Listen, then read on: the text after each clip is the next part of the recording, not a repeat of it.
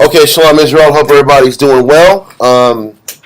Shabbat Shalom. isbhpk Houston, Rochester, New York, and Virginia. Shalom. Hope everybody's doing well and staying strong and teaching the word of the Lord. Shabbat Shalom, Sword of Truth family. Hope everybody's doing well this Sabbath day. Kawakav in Guatemala. I'm a Yatazai in UK. All the brothers and sisters out in California, and Atlanta, Georgia, and the different cities that are listening to the word. Shalom to everybody who is who's tuning in and who is about to tune in. We're about to get into our topic today, but first, as always, we go send our prayers to the Most High. For those of y'all who are new to the class, we're going to send our prayers in Hebrew. We're going to sit back and make sure we explain what the prayers mean in English, so there's no misunderstanding or no miscommunication in our prayers. So the first thing we're going to do is we're going to say rise and face Jerusalem. So Amajim, Wapanya, Yirah Shalom. Just the priest, right? Yes, just us. Good.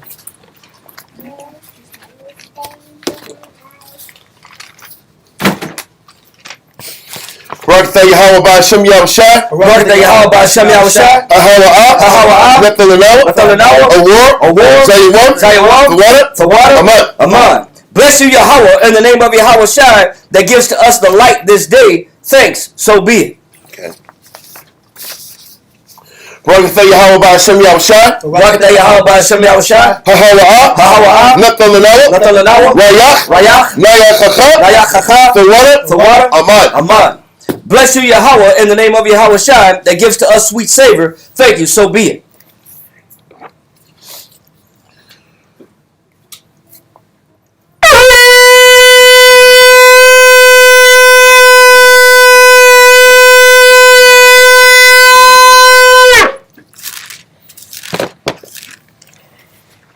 Amajim Wapanya Yirah Shalom. Stand and face Jerusalem.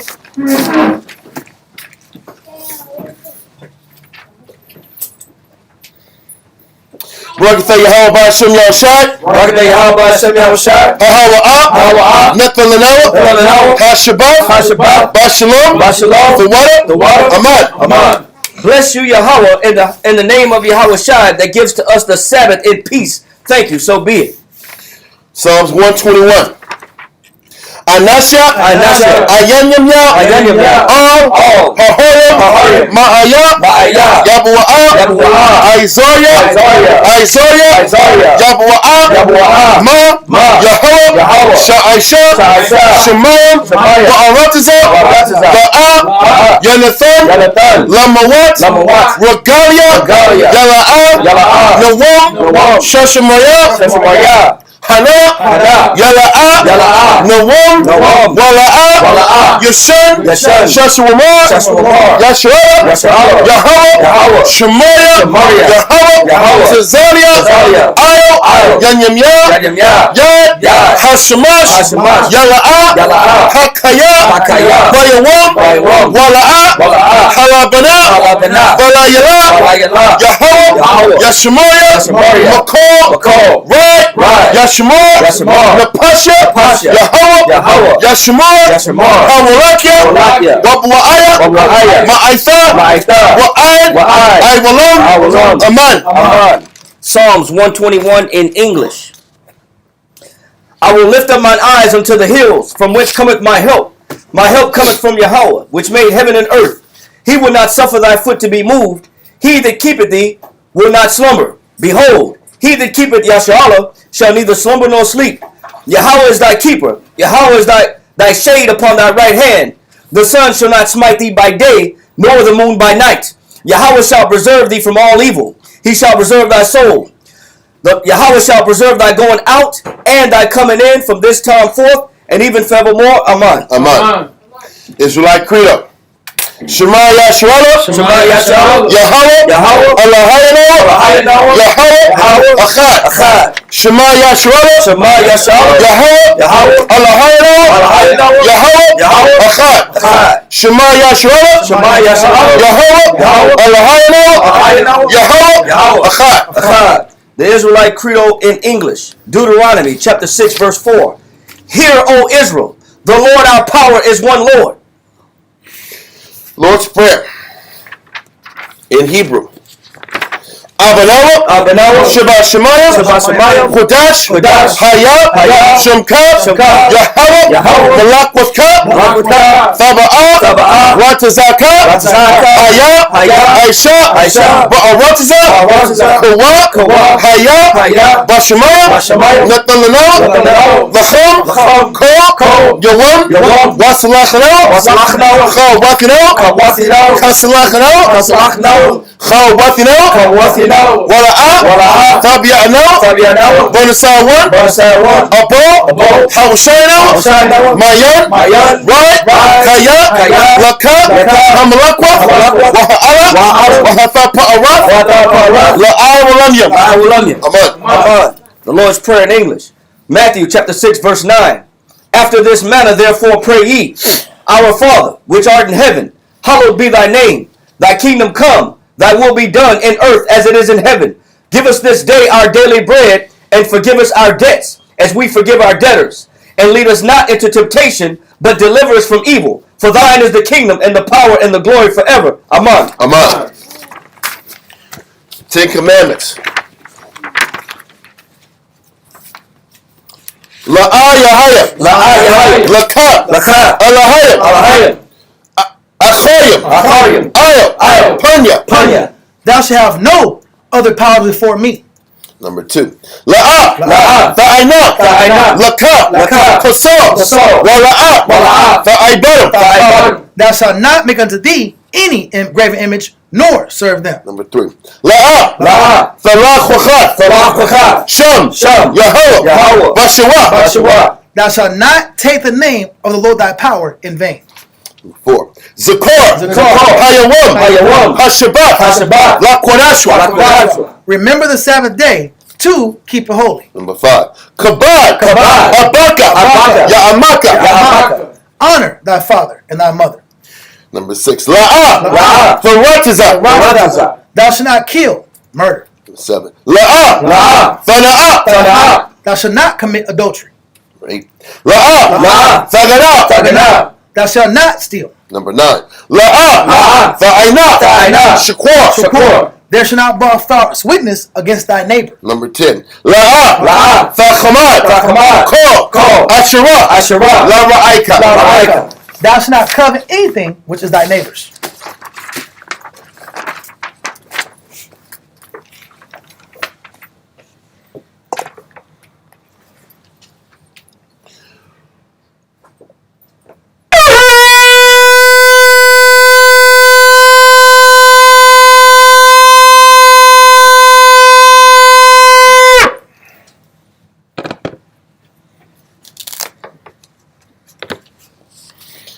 Barakatah Yahweh Ba'ashem Yahushai.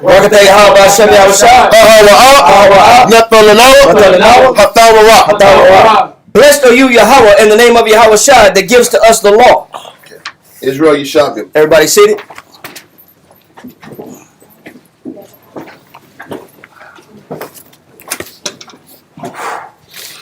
Alrighty. Says, is it possible? Within probably 15-20 minutes, some more adults are going to be coming in.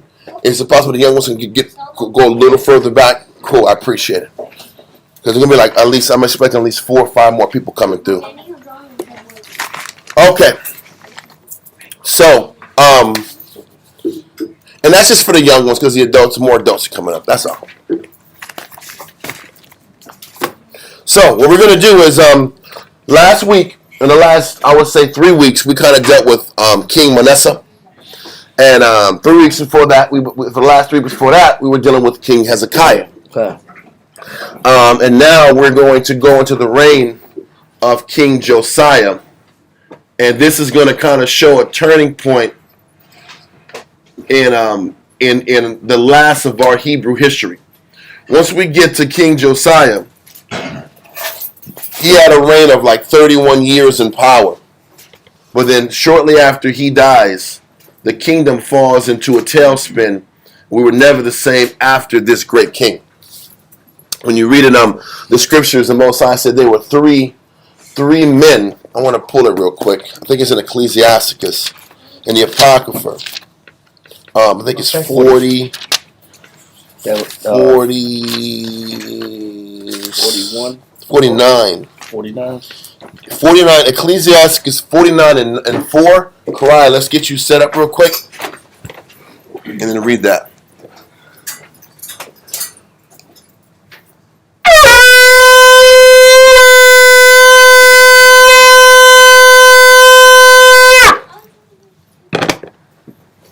Karaya, Shah Shabbatah, Bana Shah, Banya Sha'ala. Karai, Shah Shabbatah, Banasar, Vayashal, I imagine. Yahweh Hashem Yahshabakatah. Yahweh Hashem Yahshua Baraketam. All right.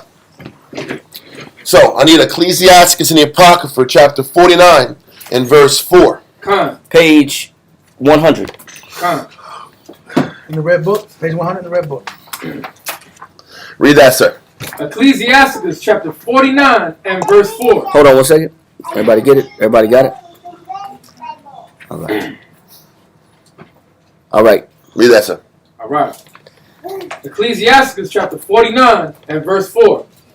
All except David and Ezekiah and Josiah were defective. So once again, this is dealing with all the kings of the northern kingdom of Israel and the southern kingdom of Israel. This is dealing with over 300 years of kings in the history of Israel. They said only 3 were not defective. And he said those 3 kings that were great men were David, Hezekiah, King Hezekiah. We read about him starting 6 weeks ago. And King Josiah, which we're about to go into today. These were the 3 greatest kings of all time in Israelite history. And this is why it's important that we take the time to, as much as we possibly can, highlight the good. Because when you sit back here and we read all throughout these Sabbath classes, there's tons of bad. There's tons of negative. There's tons of failures that we keep reading about amongst our people. And after we read about Josiah, we're going to read about more failure. So it's important that when you get an opportunity to highlight the good, you take the time to highlight the good. You highlight the best of our people. The best potential. When you read about the guys like Josiah, it's a reminder that there's always potential for us to be better than what we show. Better than how we carry ourselves. And this is why it's great to slow things down and paint a proper picture of the best of our nation. The best of the so-called black man. The objective would be to mimic and bring to life those attributes that those men displayed. You know, to duplicate today what we read about in the past, because the scripture does say things written aforetime was written for our learning. Yep. So the objective is to read the scriptures, but try to bring to life and manifest those actions that those men displayed, especially those men that pleased the Most High. Con. So,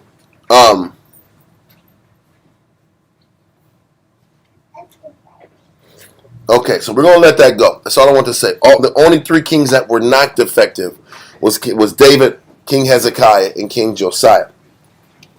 We're going to go to 2 Kings chapter 21. Now what we're going to do, before we completely focus on Josiah, we have to go into his father and talk about his father first. Now the reason we got to go into his father, first of all, his father reigned for a very short time, and he didn't do very much in his time and power. But we want to go over him briefly and then go into King Josiah. Okay? So, let's go 2 Kings chapter 21, verse 19 through 26. Khan. 2 Kings. Matter of fact, give me verse 18 to be clear. Khan.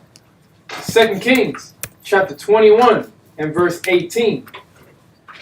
And Manasseh slept with his fathers and was buried in the garden of his own house. Yep. In the garden of Uzzah. Now we talked about the fact that King Manasseh was the worst king of our people ever. But then we also read that after he fell and was captured, he repented and got right with the Most High to the best of his ability. And that was a great redemption story. But because of the negative he did, he wasn't allowed to be buried in the same cemetery as the great kings of Judah. So he had to be buried in a garden in his people's land. The great kings were supposed to be put in the sepulchres of the other great kings, but that didn't happen. So now his son Ammon takes his stead, or takes the reins, shortly after Manasseh dies. Read verse 19. Verse 19. Ammon was 22 years old when he began to reign, and he reigned 2 years in Jerusalem. 2 years is nothing. He reigned 2 years in Israel, in Jerusalem. Obviously, it was very uneventful, and he didn't accomplish anything. But we're going to read it. Read on. And his mother's name was Meshulemeth, the daughter of Haruz of Jotbah. And he did that which was evil in the sight of the Most High, as his father Manasseh did. His father was negative, and Ammon, his son, was negative. Read on. And he walked in all the way that his father walked in, and served the idols that his father served, and worshipped them. What's amazing is that his son saw, if his son was 21, that means his son saw more of the good side of Manasseh than the bad. You know what I mean? He saw his father do right. He saw his father break down the altars, and that still didn't matter. It's amazing, right? What it's letting you know is at this time, it wasn't even necessarily about the king being righteous or not. At this particular time, there was so much wickedness amongst the elite of the nation. There was so much wickedness about the people. The influence of negative was like embedded in the people. We're going to keep reading this theme for the next, I would say, month and a half. Because this next little stretch we got is going to be 2 or 3 weeks in Josiah, and it's going to be 3 or 4 weeks explaining and chronicling the fall of Jerusalem. It's a lot. But you're going to see a reoccurring theme, and that reoccurring theme is not only are the kings wicked, but you're going to see the kings are wicked, and the court of the king, the surrounding influence of the king, was even more wicked. To the point where they were putting pressure on the kings not to obey the Most High. So it took a special king to not consider the pulls and the influences of the elite and the power figures around Jerusalem to sit back and stand up for what's right. What you're seeing is that the kings, it wasn't just the fact that the king had to do that which is right. The king had to go to war with all the other politically strong people surrounding him, and he couldn't care what they thought. Because it took more courage to stand up against these negative princes and these negative priests and these negative political figures. So we're going to read about that later. So the point is... And it sets the premise and the tone for how it was in Europe. In where? When you deal with Catholicism and the popes, Mm-hmm. and all the negative in-house Yep. that was established, those native in-house establishments were the same tone as Israel. We had native kingdoms also. Yep. So what we're going to go into real quick now is Ammon. Ammon was wicked. 2 years. Yeah. Let's continue. Verse 22. And he forsook the Most High power of his fathers, and walked not in the way of the Most High. And the servants of Ammon conspired against him, and slew the king in his own house. So now the kingdom was so much in disarray that there were coups set up to take out King Ammon. Okay, so there are people in his royal court that conspired to take him out. Okay, read on. Verse 24. And the people of the land... And also verse 23 is crazy. It's a reminder. When we rebel against the Most High, the people that we trust and rely on do what to us? Rebel against us. This is a perfect example of how that operates in life. If we want the people that we love to lock into us, we better damn sure lock into the Heavenly Father. Because how we treat the Heavenly Father is how the people that we rely on and need will treat us. So as Ammon for 2 years was just blatantly disrespectful for the Most High, blatantly anti the Heavenly Father, then all of a sudden his servants, the people that were supposed to serve him, rebelled against him. Exactly. It's a perfect reflection of how we operate. Just to prove that, we can go to Ecclesiastes in the Apocrypha, page 84, chapter 23. If y'all need any books, let us know. If you need Apocryphers, we got some. Chapter 23. Start at verse 18 real quick. Ecclesiastes 23 and 18 through what? And we're just gonna jump down to read verse 25. Okay. And 26. 25 and 26. Oh, we're jumping. Yeah, we're not reading all the way down. We're just reading verse 18. We're reading verse 18 and 25 and 26. Read that. Ecclesiastes chapter 23 and verse 18. A man that breaketh wedlock. So wedlock is what? What is wedlock also known as? What's another word for wedlock? Contract. A marriage contract. A marriage. Wedlock is a marriage. Covenant. Holy, supposed to be holy matrimony. Supposed to be a contract or a covenant. So he said, a man that breaks a wedlock. Wedlock is a marriage. So the Most High said in Jeremiah, he said we're married. He said, I'm married unto you, right? Jeremiah chapter 3. So we're married to the Most High as his women. So if we commit adultery on the father, he's explaining the mind frame behind somebody that would break their relationship with the Most High. Like we're reading about Ammon, King Ammon, that it didn't take long before he did that which wasn't right in the eyes of the Most High. He broke wedlock from the Most High. Wow. Read. Saying, thus in his heart, who seeth me? So because we expect to do dirt and there be no consequence. Yep. We expect to do dirt and get away with it. He said in his heart, who seeth me? Read on. I am compassed about with darkness. Go ahead. The walls cover me. I'm behind closed doors. Nobody knows what I'm doing behind closed doors. Read on. And nobody seeth me. And nobody does what? Seeth me. So he says nobody sees me. That's the mind frame of somebody that would break their relationship with the Heavenly Father.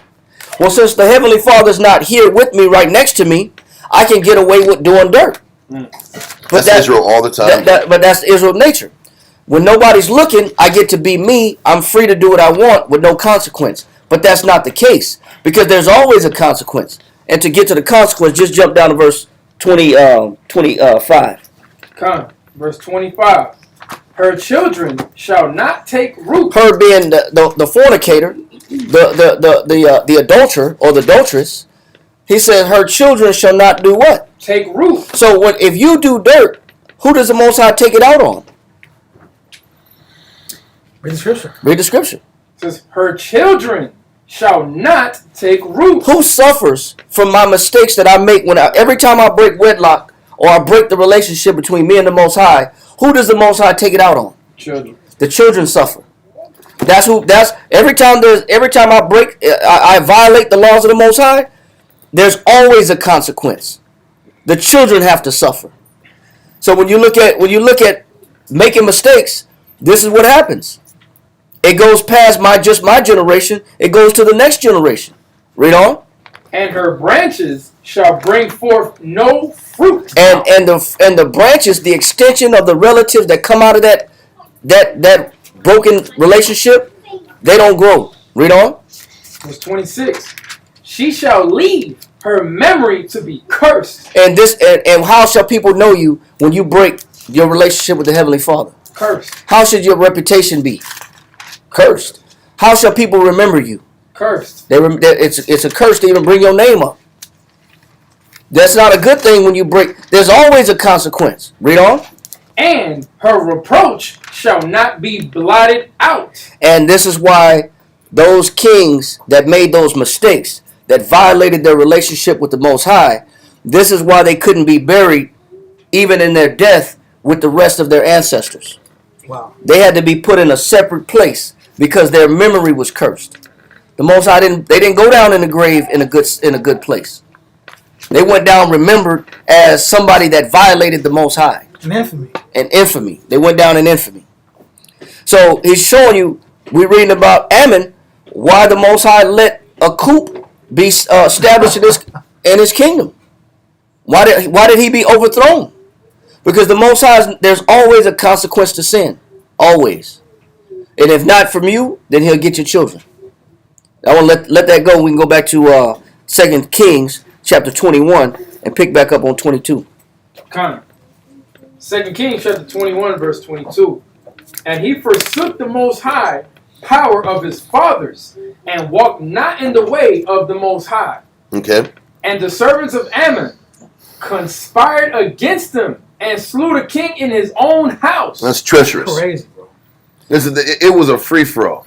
It was like Scarface. It's all when your crib and it's take you out at. Yeah. That means all the guards, everybody was in on it. Wow. Think about it. How's the Royal Guards going to let these guys get in with no problem? Like it's cool.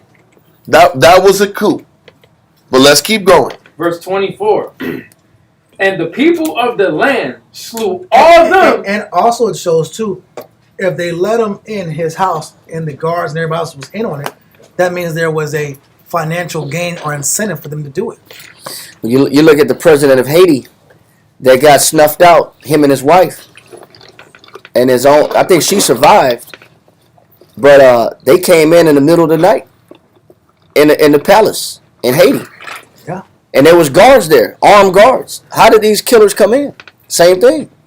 Somebody had to let somebody in. Listen, this is one of the new king? No, not the barbecue. No. Barbecue. Yeah, Jimmy Barbecue. He ain't a king. He's the people's champ. No, the president. Jimmy Barbecue. That dude's on it, man. He got the whole hood on lock, man. Yeah, he got him locked down in Haiti, bro. Yeah. Because he support the poor. Yeah. But to destabilize Haiti, there was the president of Haiti that was taken out in his own palace. Yeah.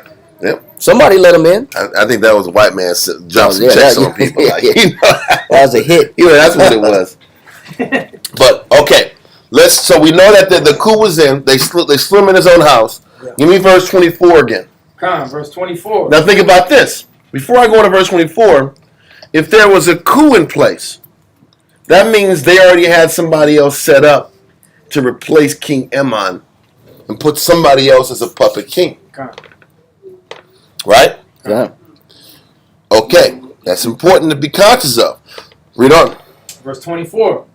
And the people of the land slew all them that had conspired against King Ammon. So the people of the land, there was a sect of people that regardless of how wicked and how negative the majority of people operated, there was a handful of people of the land that fought to make sure, at the very least, everything lined up according to prophecy. When you read through many verses in Samuel, hell, even if you read in the book of Isaiah chapter 7, what had to be a constant in the southern kingdom of Judah as far as in dealing with the kings and the rulers of Judah?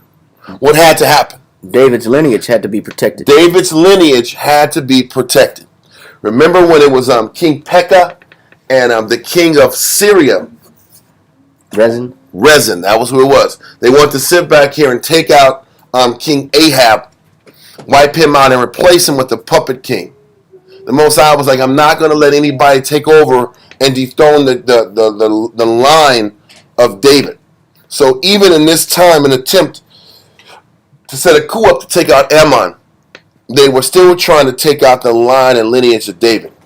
So there were people of the land that was not going to let this happen.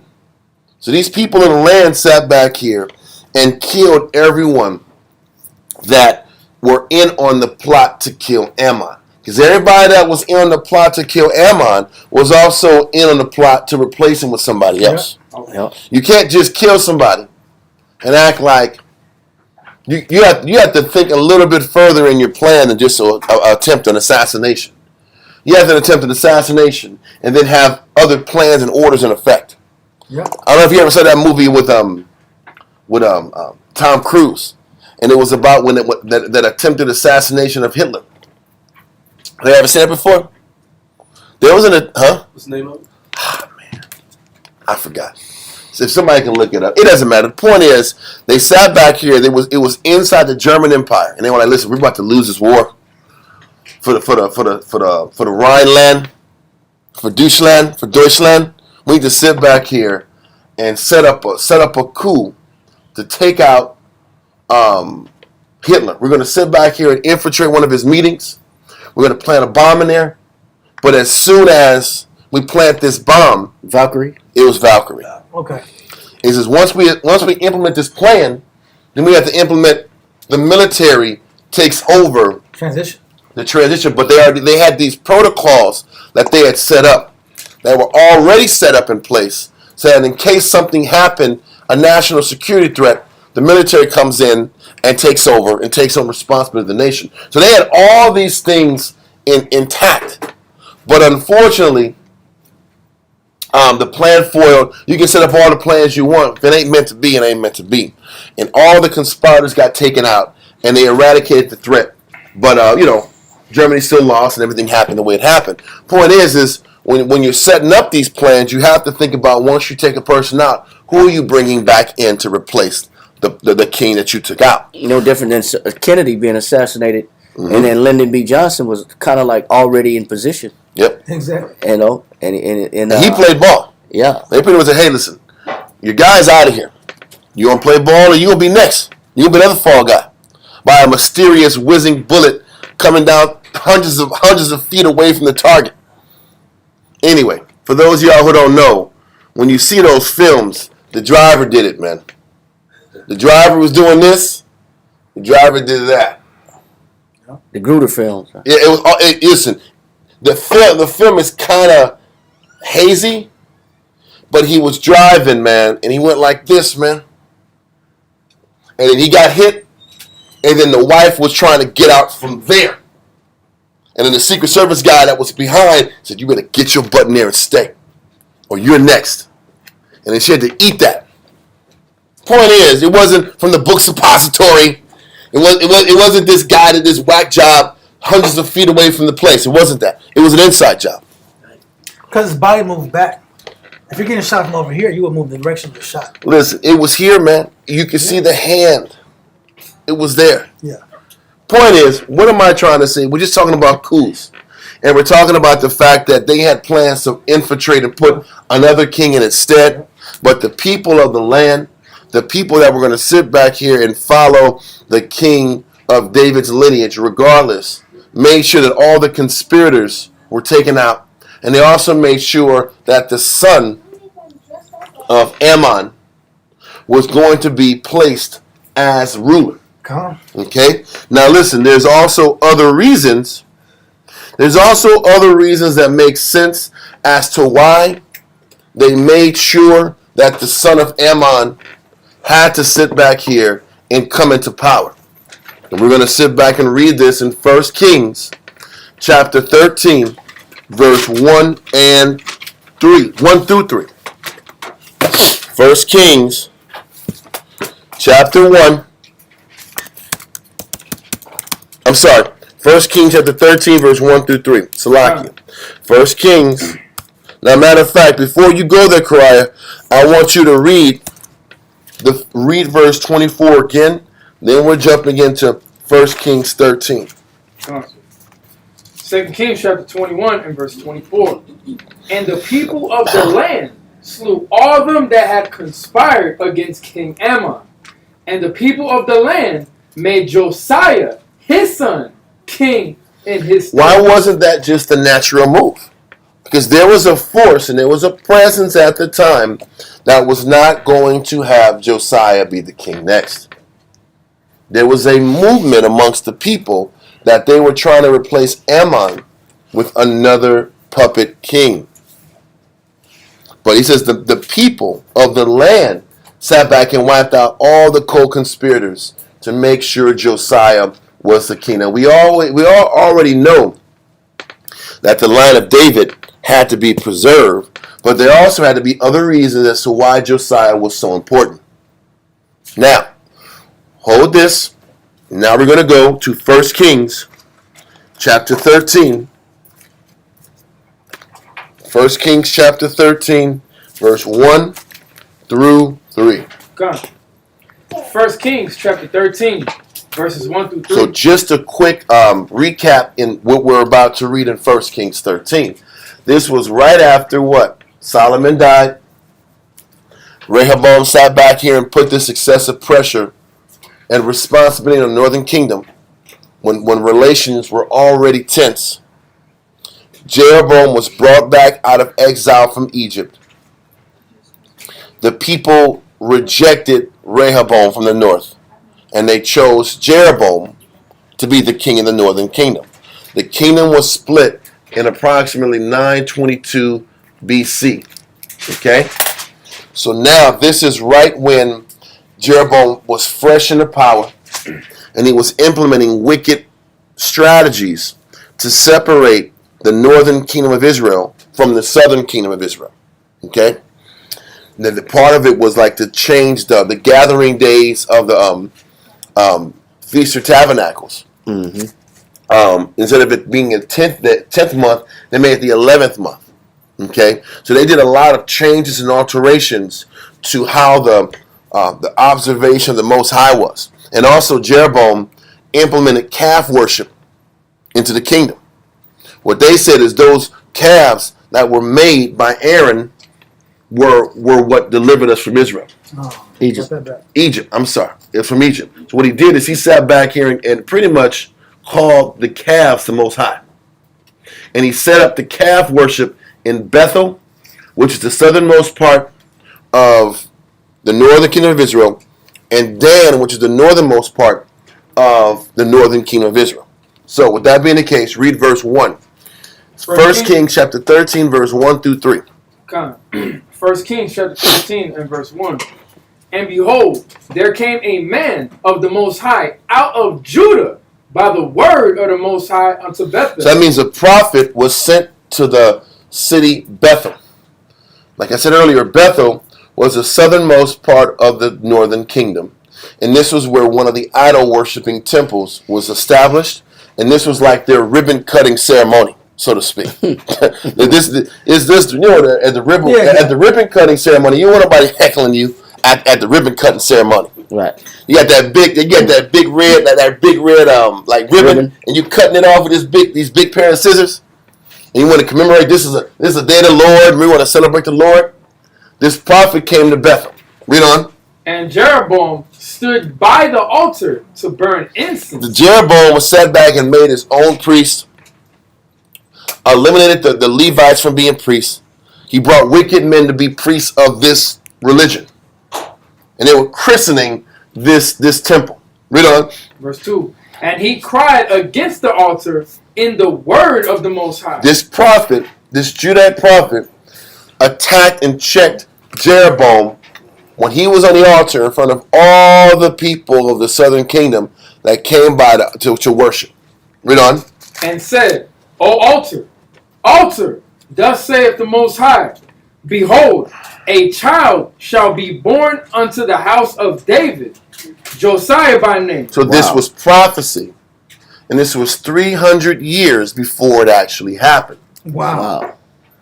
This Judite prophet said, listen, man, you sitting back here doing this ribbon cutting, sitting back here worshiping idols, not idols, worshiping graven images.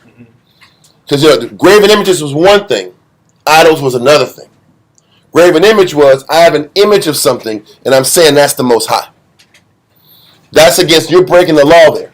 But the next step after worshiping and taking a graven image and calling it God, the next worst thing is to now I'm worshiping the gods of other nations. Yeah.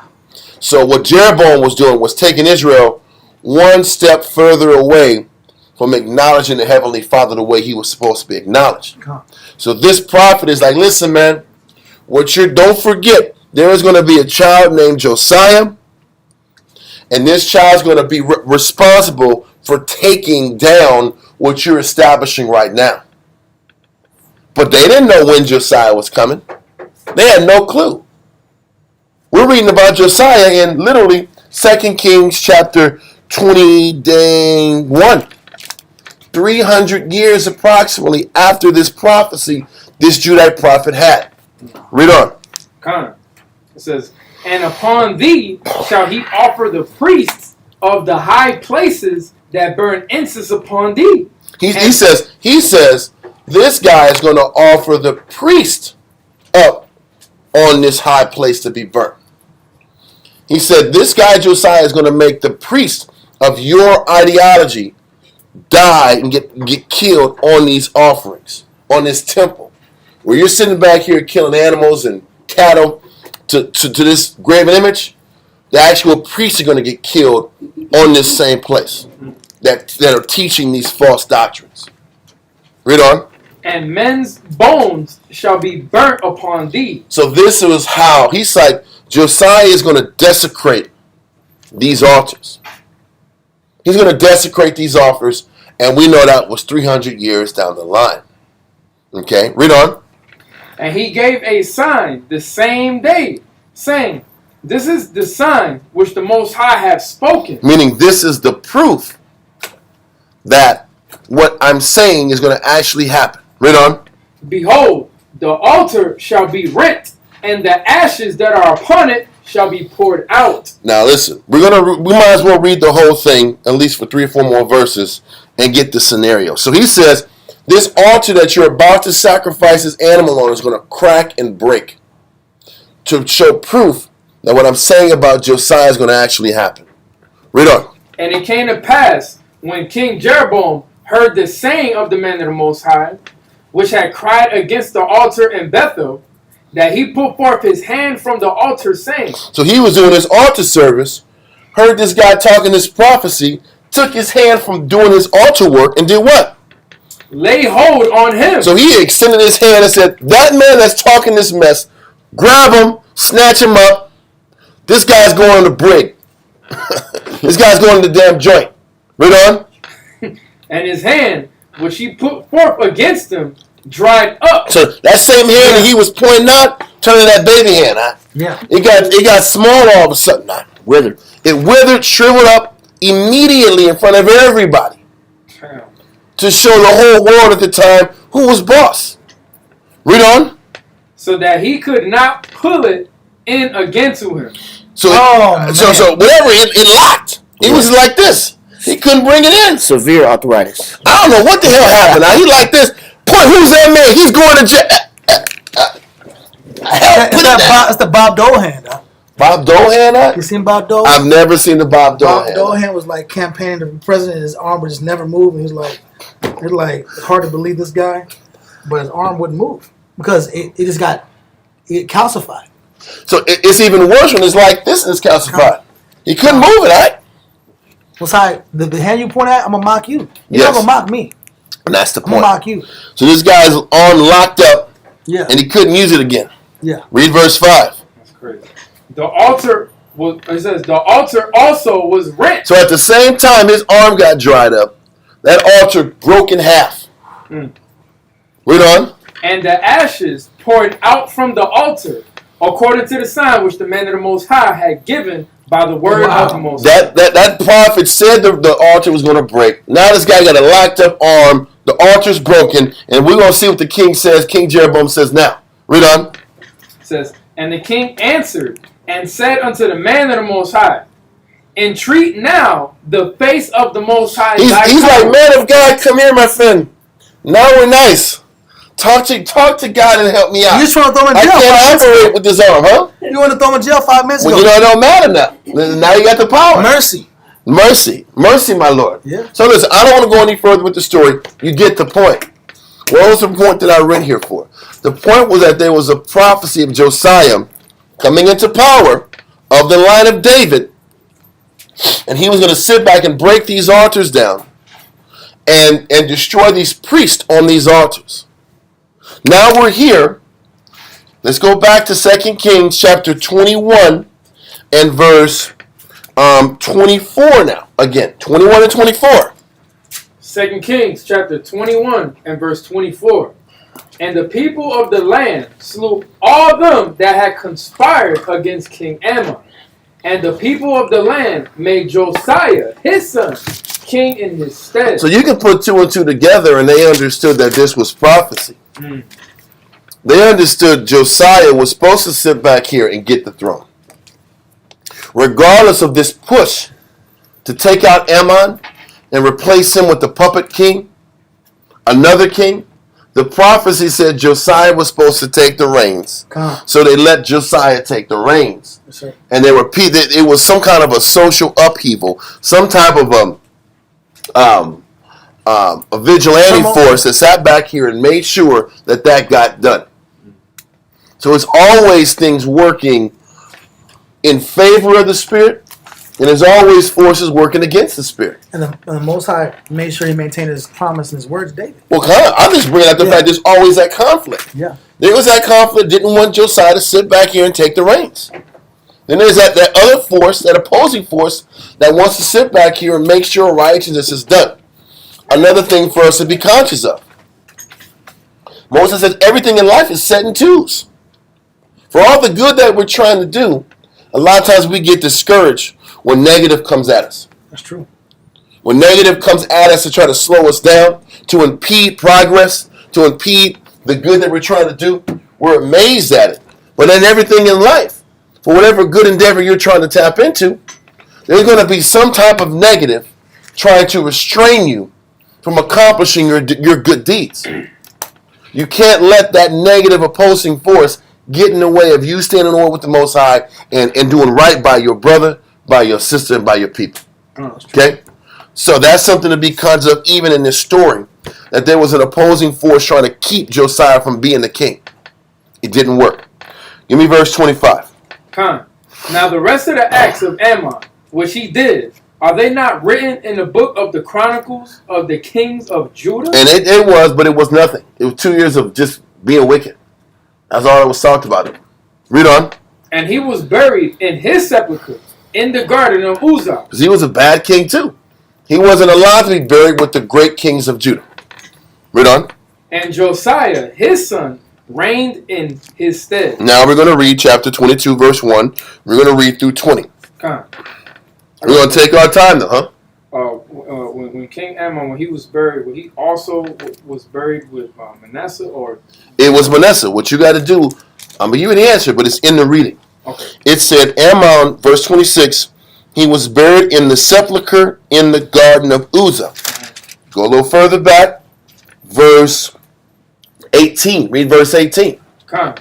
And Manasseh slept with his fathers and was buried in the garden of his own house, in the garden of Uzzah. So where was he? When he was born, he was buried in the same place. Yeah. The garden of Uzzah was where Manasseh was buried. The garden of Uzzah was where Ammon was buried. But neither of them were buried in the sepulchres of the kings. Because if they lived right, it would say they were buried in the sepulchre of the kings of David. Hezekiah slept with their fathers. Jehoshaphat slept with his fathers. King Asa slept with his fathers. A handful did sleep with their fathers. Okay. You got it, right? Yeah, I got it. It was just when it says of his own house. Yeah, but like you got Uzziah, he had that leprosy, so they wouldn't even bury him with the kings in the special cemetery or the special sepulcher. Okay. What you got to do is this: you just got to make sure. A lot of times, family had large plots of land. If I was, say for instance, if we had things the way they used to be, your family line would have 20 acres to themselves, or 10 acres of land to themselves. And if you had 10 acres of land to yourself, you could have a certain plot of land that was just for burial plots for your family and your lineage. There'll be a part of the land, part of the parcel for that purpose only. And this is what was happening for them. Whatever land and territory they had, that they put that land and territory for their burial, for their family's burial places. Oh, so their land was Uzzah then, basically. The land of Uzzah was their land, okay. Yes. All right.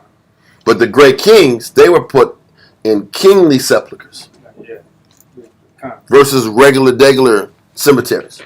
And the cemeteries were on your own property. Well, like you go down the street, you go on Austin Highway, and you got the cemetery, the white Jewish cemetery. You see that one? Yeah. It's not like that. We buried our family in our own lands or our own caves and areas around. Okay. Go to Genesis chapter 23 and read verse 1 through 3, 1 through 4.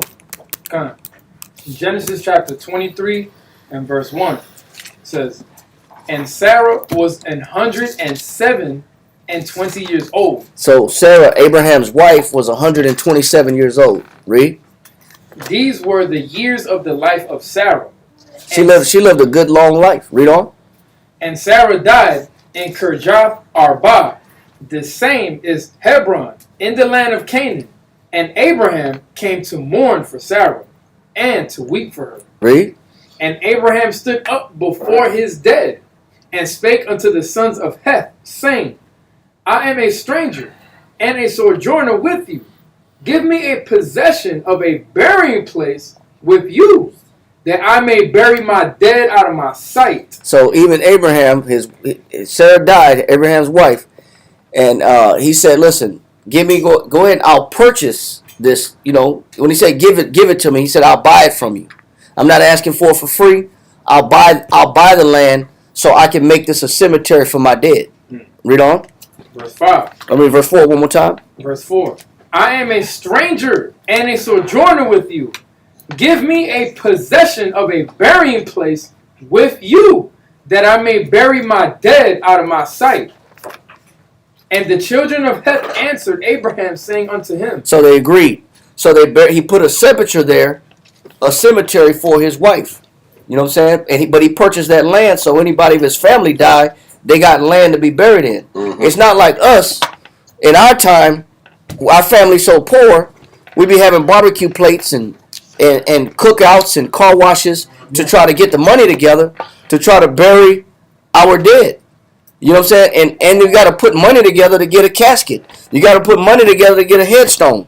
You got to, I got family that's, we don't even, because when the lawn guy cut the grass, they got that little, it's like a picket sign, but that ain't even no headstone on some of my family's graves. If you don't remember the tree, if you don't remember the road, if you don't remember the rock that they were buried next to, you'll have a hard time finding your relatives.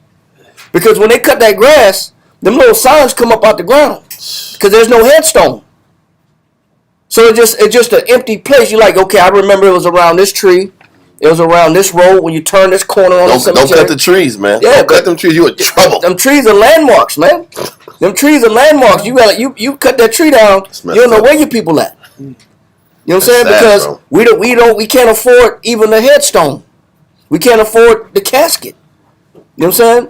So the way it's supposed to be though, it's supposed to be where we have a place where when our people die, it's already situated. It's already purchased. It's already paid for. Nobody got to go get car loans and title loans and you know what I'm saying, and put their house up for sale.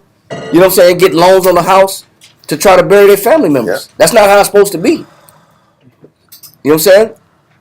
So yes, that's the kings have special places where they reside after they die. But if you were kings, you had to go just with your land, yes, your regular land with all the other family lineage goes. The rest of your kinfolk. Yes. Okay. You didn't get to be in the correct sepulcher where the distinguished kings were. Okay. Which were they were honorable to, they were valid pretty much. Right. So we got that. Now let's get the 2 Kings. You got more of that? No, that's it. 2 Kings 22:1. Come on. 2 Kings chapter 22 and verse 1. Josiah was 8 years old when he began to reign. So listen, once again, why do you think they put him up so early? One, his dad died, so he had to get rushed up early. And then two, he was they knew the prophecy. So they said he was 8 years old when he began to reign. Read on. And he reigned 31 years in Jerusalem. Mm-hmm. Read on. And his mother's name was Jedidah, the daughter of Hadaiah of Bosca. Now listen, I want to go to real quick. Hold this and go to Galatians 4:1. Okay, 4:1 and 2. What was you gonna say? How do they know that the prophecy was fulfilled? Was it like just through his name? Just through the name. My point is because the name lined up, why wouldn't you give that son a chance? Versus letting some usurpers come in and take out Ammon and let them take the throne. You know what I'm saying? I don't think it was any deeper than that. Because how are you going to be able to determine an 8-year-old how spiritual he's going to be, how righteous he's going to be? And that kind of ties in even to my point. When you go to Galatians chapter 4, verse 1 through, we can just go to 2. Okay. Read that. All right. Galatians chapter 4 and verse 1. Now I say that the heir, as long as he is a child, differeth nothing from a servant, though he be Lord of all. It wasn't like Josiah at 8 years old was going to sit back here and make life and death decisions over the empire. This is no way. He was going to have what's the word? I'm trying to think of the word that they use. Co-regents. It was a co-regent that sat back here and allowed to help him and teach him the ropes and show him the ropes and help deal with the day-to-day business until he got of age and was responsible enough to handle the duty of being a king. So once again, this young heir, as long as he is a child, differeth nothing from a servant, though he be Lord of all.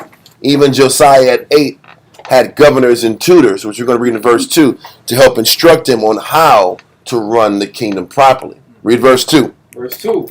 But it says, but is under tutors and governors until the time appointed of the father. Another king that was like that was Joash. King Joash, his father, or the individual who ruled him and who geared him up from his youth, was the high priest of Israel. Remember when Athaliah, which was the queen of Judah at the time, she sat back here and was trying to eradicate and kill all the lineage of David during her reign. Mm-hmm. She was the daughter of Jezebel. Mm-hmm. And she sat back here and she tried to kill all the Judites. But what they ended up doing, all of David's line, the wife of Ahab. No. It was the wife of the high priest. Yeah, she hid him. She hid him in the temple. And they raised him in the temple until he was of age. But it was the same concept. When Joash was young, he was still being tutored and trained to be a king under the regent, which was the high priest. So when this young man, I think he was 7 or 8 years old himself, they end up sitting back here and they made him the boy king. And they killed Athaliah and threw her out. And I think it was the horses' gate. They threw her over the gate. Point is, it's the same concept. Whether it was Joash as a young man or it was Josiah as a young man, they were still taken care of and led and instructed by leadership that can guide them through what it takes to be a king until it was their time. They still needed training. You just didn't put a boy king on a throne to make decisions. Yeah. He says, kill him! Give me snacks! Hey, what's going to happen, huh? Yeah. Can you imagine an 8-year-old on the throne, huh? Yeah. Give me some juice. Yeah. Kill him! He didn't give me juice. I don't like that juice. Cereal for everybody. Exactly. I want grape juice. Yeah. That's you want the apple. Kill him! Hey, come on, that. I'm not going to sleep. Yeah. Exactly. No naps for the king. No baths. I mean, this is all real. It doesn't make no damn sense. So I just want to make sure I paint the picture. You wasn't just some 8-year-old G out here ordering grown men around and stuff like that. So read verse 2 real quick. I can Galatians that. Yes, my Lord. Galatians chapter 4 and verse 2. But is under tutors and governors until the time appointed of the father. And that's the point. Until the time is appointed, he has to be under training. He has to learn how to lead. He has to learn how to carry himself. And this is the same thing that was being dealt with Josiah as an 8-year-old king. Okay? Does that make sense? Yes, sir? It reminds me of the time when Yahushua, he was being taught when he was young. I guess when his parents went back to the land, they were like, where is he at? And the whole time he was in the temple. He was in the temple learning the scriptures. Yeah. It kind of reminds me of that. You got to see that even Christ, his ministry started in 30. What do you think he was doing at 30? People don't really know what Christ was doing until he was 30. Was he hanging out, going to the club until he was 30 years old and he locked his mind down now? I'm doing all that club stuff now I want to get right. Top of the mission. I did outgrew the club. Yeah. I did outgrew the narcotics. It's not that. What he did, he was committing himself and breaking his flesh. Yeah. Then the Spirit descended on him, right? You understand what that spirit was? That spirit only comes as a reward for obedience and abstinence. We've been going over it this whole time. So he was working on his abstinence and his perfection in his pursuit of Christ, or the Most High. And then he was rewarded with the Spirit. Then he started teaching. Anyway, to keep that in mind. So let's go back to 2 Kings 22 and 1. Okay. 2 Kings chapter 22 and verse 1. Josiah was 8 years old when he began to reign, and he reigned 31 years in Jerusalem. That's a great run. Read on. And his mother's name was Jedidah, the daughter of Adaiah of Boscath. And he did that which was right in the sight of the Most High, and walked in all the way of David his father, and turned not aside to the right hand or to the left. So he's saying Josiah's whole life didn't deviate in his pursuit of learning the Most High. Okay? Read on. And it came to pass in the 18th year. Now listen, I want to make sure we understand this also. During this time period, when we talk about kingdom, we talk about kingdoms, right? Like Assyrian Empire.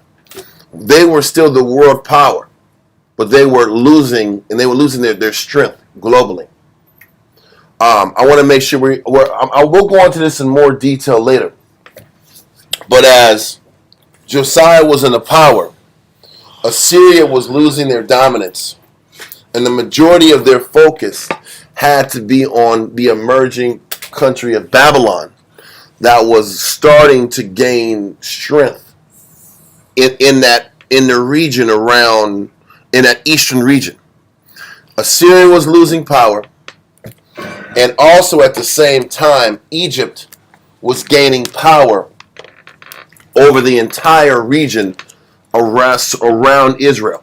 When I say around Israel, that's including Syria, the land of the Philistines, Tyre and Zidon, all those coastal cities that were around Israel, and Assyria to the east of Israel was being occupied by the Egyptian army.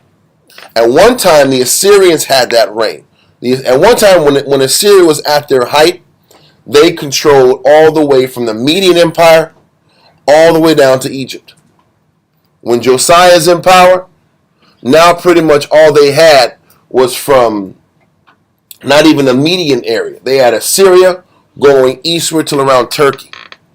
That was the extent of their power. And they were barely keeping Babylon from being at bay. The Babylonian king was Nabopolassar. He was the father of Nebuchadnezzar. Point is, what am I saying? Why am I bringing all this out? I have to make sure I also set the tone for where the world was at and how the world was operating at the time. Assyria was losing their grounds. Egypt was gaining territory on the west and the southwest. Babylon and the Median Empire was gaining territory on the east. So they were boxing Assyria in. So what does that also mean for Israel? Israel had a temporary reprieve from Assyria's stranglehold on us. Remember when we was reading about Hezekiah? Remember with Hezekiah, the Assyrians were on their heels. Yep. And the Assyrians were also on the heels of the Egyptian Empire. And once Hezekiah stayed on with the Most High, that was like the breaking of the Assyrian stronghold in the southwest, in that southwest corridor. So once the Assyrians lost power there, the Egyptians started gaining power there. Just keep that in mind as we continue in these classes, especially when we start reading about, down the line, Josiah choosing to fight against King Necho of Egypt. Okay, so read verse 2 again. I'm just throwing it out there, some foreshadowing. You'll know why later on. Read on. 2 Kings chapter 22 and verse 2. And he did that which was right in the sight of the Most High, and walked in all the way of David, his father, and turned not aside to the right hand or to the left. What's more important than the little geopolitical history at the time was just showing how Josiah was never deviated in his passion to serve the Most High. He never deviated with his heart towards the Most High. Read on. Verse 3. And it came to pass in the 18th year of King Josiah that the king sent No, I'm jumping. I don't want to go there yet. We're going to hold off for that 18 years. There's a lot more history of what Josiah did before the 18th year of his reign. Hold this and go to 2 Chronicles. 2 Chronicles, chapter 34. Verse 1 through 7. 2 Chronicles 34, verse 1 through 7. 2 Chronicles. We will eventually go back to 2 Kings, but it's going to be a while. So 2 Chronicles chapter 34, verse 1 through 7. 2 Chronicles chapter 34, verses 1 through 7. And Josiah was 8 years old when he began to reign, and he reigned in Jerusalem 31 years. And he did that which was right in the sight of the Most High, and walked in the ways of David his father, and declined neither to the right hand nor to the left. And I like how this word said, because he said he didn't decline to the left or to the right. A lot of times, a lot of our people, they'll sit back and they'll live right, they'll do good for a period of time, and then we decline. I mean, we lose that momentum, we lose that zeal, we lose that desire to be strong in the Lord in one way or the other, and that is what the Most High is looking at to determine our righteousness with the Heavenly Father. That's why the scriptures say, "Be not weary in well doing." Kinda. When you're doing what's right, you're never supposed to get tired of it, of doing what's right. Even if the consensus around you is to be weak and to be lazy, or to be to take it easy and take a break, or if the world around you grows wicked and soft and effeminate, you still got to keep your edge. Yep. This is why it even says, listen, when it says decline neither, that's another way of saying if you faint in the day of adversity, your strength is small. Your strength is small. Yeah. We're not supposed to decline nor faint or get weak in our service towards the Heavenly Father. This is what made Josiah potent. His desire to serve the Most High kept growing and evolving. So he came from this 8-year-old little boy. Now we're going to read in verse 3 about what he does next. Catch this point too. Not gonna over we're talking so, but so as we hit certain points in our spiritual development, there's these doors and gaps for I've done enough. Yep. Which we teach against that, because I've done enough turns into being idle, and then idleness turns into the pursuit of wickedness. So when you have mastery, or you're sufficiently skillful over the things in your life, and there's space for ease and comfort, you have to fill that space or gap that is open for ease and comfort with more charity, more service, more disciplines. You know, you look at like what you're saying, though. Yeah, it's perfect, because you look at King David. The time that David decided not to go to war, he stayed back at his palace. And who did he end up looking at taking a shower? Yep. Bathsheba. The time that he slipped up, that he tarried. Yeah, he stayed back, and he sent his men out to war. He said, "I'm gonna stay back." So what did he end up getting into when he didn't go out to battle like he normally does? You end up getting into trouble. Idleness teaches much wickedness. Idleness teaches much wickedness. And one of the definition of zeal is the definition of zeal in the 1828. It says zeal, passionate ardor in the pursuit of anything. It says, in general, zeal is an eagerness of desire to accomplish or obtain some object, and it may be manifested either in favor of any person or anything. So, or in opposition to it, and in a good or bad cause. So basically, zeal could be you could have a zeal for positivity, you could have a zeal for righteousness, or you could have a zeal for wickedness. But a zeal is a passion to accomplish something. So when you live a life of trying to pursue righteousness and justice and equity with the Most High, you're never supposed to lose your passion. You're always supposed to maintain your passion for doing the work of the Lord.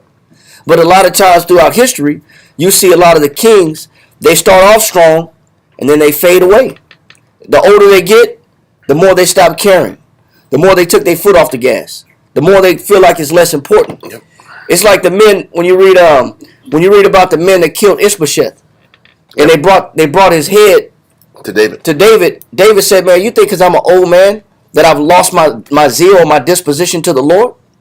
Because you think I'm older now, that I've declined in my understanding, or I've declined in my way of worship, a style of worship? He said, what did I do to the men? He said, must I remind you of what I did to the men that killed Saul, that brought me his crown? Yep. And he ended up torturing those men that killed Ishbosheth, that cut his head off, thought they was going to get a prize or some favor with David. But David had to remind him, I'm older, but I still got my zeal. I still got my passion for the Lord. I didn't change because I've grown older. I didn't grow weaker. So just on that point also. Okay. So what we're going to do now, let's continue. So Josiah didn't decline to the left, to the right. Let's do verse 3. 2 Chronicles chapter 34 and verse 3. For in the 8th year of his reign, while he was yet young, he began to seek after the power of David his father. Stop. So 8th year of his reign, that means he was 16. So what Chronicles goes into more detail a lot of times than Kings, especially with the southern kingdom of Judah. What they're saying is Josiah, when he turned 16, is when he took serving the Most High serious. When he took pursuing the Most High serious. When he took cleaving to the Most High serious. Okay, and this is when he started ascending to another level. He started growing up and maturing, and he stopped becoming that child in the spirit. Okay, so read verse 3 from the top again. 2 Chronicles chapter 34 and verse 3. For in the 8th year of his reign, while he was yet young, he began to seek after the power of David his father. So he started seeking the Most High and the understanding of the Heavenly Father at age 16. Read on. You know, 16 is a year most teenagers go through troublesome years. Yep. Rebellious years. They're trying to find themselves. Yeah. And they're trying to experiment with things they shouldn't be experimenting with. Yep. You know how you don't find it that often where at 16 somebody's actually trying to take the Most High serious. And that's like sophomore year out. Yeah. Israel is tripping in sophomore year. Yeah. They tripping out. Throwing rocks in the bus and all. It's the truth. That's when the rebellion is heightened. Yeah. So this freshman, you're still trying to, you were scared. In 10th grade, you're trying to fit in and be somebody that you're not. And you don't figure out you're posing until you're probably like middle of junior or senior year. I'm tripping. What am I doing? Yeah. You don't really realize what life means. You get the hell out of high school. Until you gotta do it on your own. Exactly. When you're out of high school, then you realize all that crap I was tripping about really didn't matter.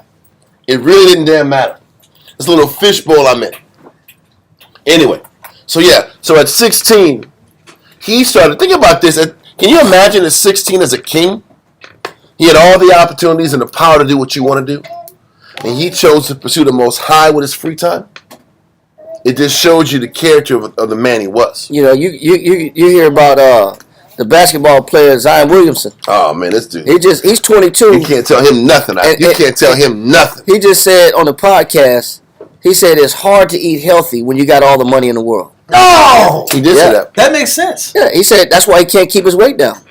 That's why he's damn near about to get traded because he can't. He's almost out the league, bro. He's almost one bad knee injury from never being the same. One injury, Yeah, one injury away from that, never playing again, and they're about to get rid of him because he can't stay healthy, because he can't keep his weight down. He admitted, he said, it's hard to eat healthy when you got all the money in the world. This is like 300 pounds. Huh? He has no discipline. He has no dietary discipline.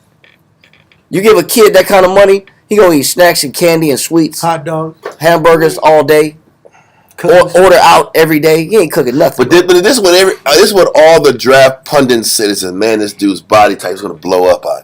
Is he gonna have the discipline to eat right, hire a personal chef, and do things the right way? He's The answer is Barkley. nope. Huh? He's like Charles Barkley. Charles Barkley, when the year he disciplined himself, he went to the championship. Yeah. I heard a lot of stories about Charles, bro.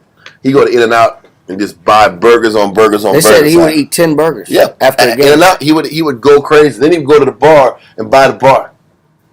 He's buying the bar. He's drinking. He's eating. Gluttonous. Yes. And you wonder why you blowing knees out. And your body don't function. And you wonder why you never had no championship. There you go. And that's the thing. No discipline. But he's a 22-year-old person. Josiah was 16 and was like, man, I'm going to pursue the Lord right now. That's a hell of a I'm gonna take commitment. serving the Most High It's serious. amazing. That's a strong commitment, man. That's the Amazing. point. Not chasing girls. Nope, Not playing video games. brother. Not just sleeping all damn day Not long shooting either. dice. Yep, exactly. His maturity was another level. So at age 16, he started pursuing the Most High. Then, let's continue. It says, and in the 12th year, he began to Stop. In the 12th year, that means he was what? He was 20 years old. At 20 years old, that means he had been studying. I don't even want to say studying. He had been pursuing the Most High for 4 years. And by the 4th year of his pursuing the Most High, in his 4th year of him pursuing, understanding what pleased the Heavenly Father, then he did what? Read verse 3 from top again. 2 Chronicles chapter 34 and verse 3. For in the 8th year of his reign, while he was yet young, he began to seek after the power of David his father. Mm-hmm. And in the 12th year, he began to purge Judah and Jerusalem. Listen, now he's purging. Now he's going on the attack. So he's purging Judah and Jerusalem. Read on. From the high places and the groves and the carved images and the molten images. I don't think people understand how challenging of a position this is. It isn't like you're just going to sit back here and think about our people. Think about our people.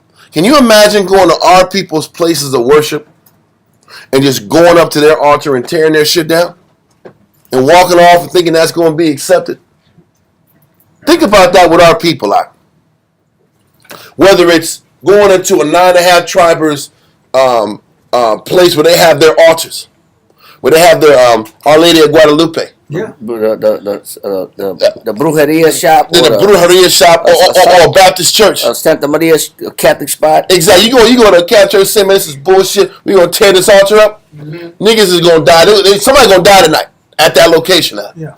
You think other people gonna just let somebody come in and change how they've been doing for generations?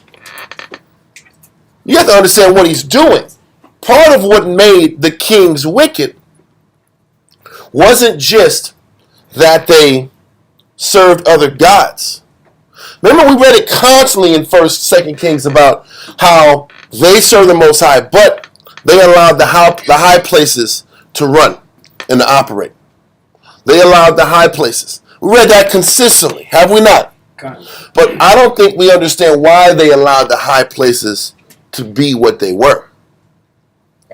You had to sit back here and be public enemy number one to all of these people that were not going to do what you want to do. You're collecting adversaries. You're just collecting enemies all across the board. So Josiah is righteous for not just for pursuing the Most High, but having the courage to go to war against hard-headed Israelites who don't want to change. We're going to read something real quick. We got to make sure we paint the picture about what the magnitude of what Josiah is doing. We're kind of going a little bit off the cuff, but that's okay. Ezekiel chapter 3. We're going to read Ezekiel chapter 3.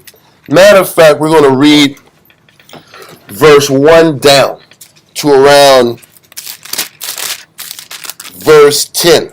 Come. Ezekiel chapter 3 and verse 1. Moreover. Matter of fact, verse 11. So we're going to read Ezekiel chapter... Yeah, we're going to get it. Let's do it. Ezekiel chapter 3, verse 1 through 11. Come. Yeah, read that. Ezekiel chapter 3 and verse 1. Moreover, he said unto me, Son of man, eat that thou findest, eat this roll, and go speak unto the house of Israel. Mosai gave Ezekiel an order to eat the roll, eat these scriptures, consume the word, learn the word, pursue the Most High. This is exactly what Josiah did without literally having the roll. Because there was, what we're going to read later on in the chapters is we didn't have any written records of the scriptures. We didn't have a written Bible. We did not have a written Bible that went down and broke down Moses and all these things. We didn't have that. We might have had some information about King David, but we didn't have a full cover-to-cover Bible at this time. All we might have had, we knew the law, and we had some stories about our ancestors. We didn't have the curses and all the compilations of the scriptures weren't readily accessible to us. How do I know that? How do we know this? With all of these wicked kings that was outlawing the teaching of the Most High, if all the prophets were getting wiped out, do you think the scriptures were getting left to be taught and enforced? Idolatry was running rampant. And if you can sit back and take that concept where a lot of the written records weren't available, then what was left for Israel to do? Just to kind of wing things. I'm going to take a lot of verbal histories and just keep these verbal histories and mix them in with our traditions. We didn't have a lot of the book. But why am I going here? When you read Ezekiel 3:1, he says, eat this roll, eat these scriptures, learn this Bible, and then go speak to Israel. Josiah, we just read in Chronicles, started taking the Most High serious at 16. At age 20, now he's going to speak to Israel. Now we're starting to sit back here and make adjustments and demands on the people. Okay? Read on. Come. So I opened my mouth, and he caused me to eat that roll. And he said unto me, Son of man, cause thy belly to eat, and fill thy bowels with this roll that I gave thee. Then did I eat it, and it was in my mouth as honey for sweetness. You can sit there. And he said unto me, read that again from the top. Read verse 1 from the top. It's okay. Where do you want to have him? Because he's okay, cool. You're fine. You can go back there. You go back. I was just trying to make sure I was calm. Space for him. Yeah, read verse 1 again from the top. Ezekiel 3, verse 1. Ezekiel chapter 3 and verse 1. Moreover, he said unto me, Son of man, eat that thou findest, eat this roll, and go speak unto the house of Israel. Mm-hmm. So I opened my mouth, and he caused me to eat that roll. So listen, the Most High caused Ezekiel to receive these scriptures, to read this book, and understand his will. Read on. And he said unto me, Son of man, cause thy belly to eat, and fill thy bowels with this roll that I give thee. Then did I eat it, and it was in my mouth as honey for sweetness. Now listen, Ezekiel said when he received this word, it was like honey at the taste. Now when you tie this in Revelation chapter 10, it said it was honey to the taste, but bitter to the belly. Yep. Because once you sit back here and learn these scriptures, receive this word, it's great for your spirit. And also when you give it, when you teach it, it's good for those listening. But it's difficult when you have to live it and have to suffer because of what you are trying to live by, the standard that you're trying to live by. And this is what Josiah is about to dwell into. And this is what Ezekiel had to dwell into. This chapter deals with the dynamic of what it takes to stand up for what's right, to do the right thing, to do the unpopular thing. You have to go against the grain. And you're gonna be the outcast, and you're not gonna be everybody's favorite guy to hang out with when you stand up for righteousness. The only advantage that Josiah had was that he was the king. And if you crossed the king, you was going what? You was going to die. But even then, that was risky.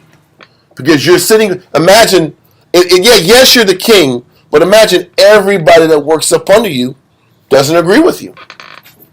Doesn't like you. That's a different story. Looks like you're a threat. How uncomfortable is that? It wasn't like Josiah was sitting back here and was about to make major changes to the landscape of the nation. But you got the rest of them saying, yes, my lord.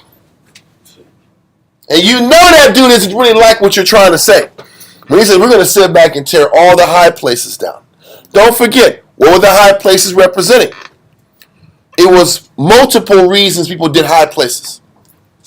Certain people did high places because they didn't want to go and lock into the Levitical priesthood. And what's a high So they wanted to be their own priest. So there's a faction of people for generations that want to be their own priest, their own head, and they didn't want to lock in to the established order of the Levitical priesthood. They wanted a McDowell's. Then you had other high priests that actually served other gods, and they were their own temple household priest serving other gods. There were so many different factions of people that were individuals. Come. And so Josiah is like, no, we're going to all go under one banner. We're going to all go to the temple. We're going to all sit back and serve the Most High. And you're not going to be able to do what you want and follow the religion and beliefs that you want. Because he's taking this stance, now he's creating enemies across the board. He's about to step and establish a dang civil war. This is civil war, man. You're uprooting everybody around you's belief system and saying that's not acceptable. That's civil war. But let's keep going. Let's keep going in Ezekiel. And with the concept of neighboring nations taking advantage of civil wars. Mm-hmm. Well, that's the case. But you know, the truth is, Hezekiah did the same thing. But the faith and the strength it took to hold fast and not worry about people trying to execute you and take your life, because that's not the cool thing is a real thing.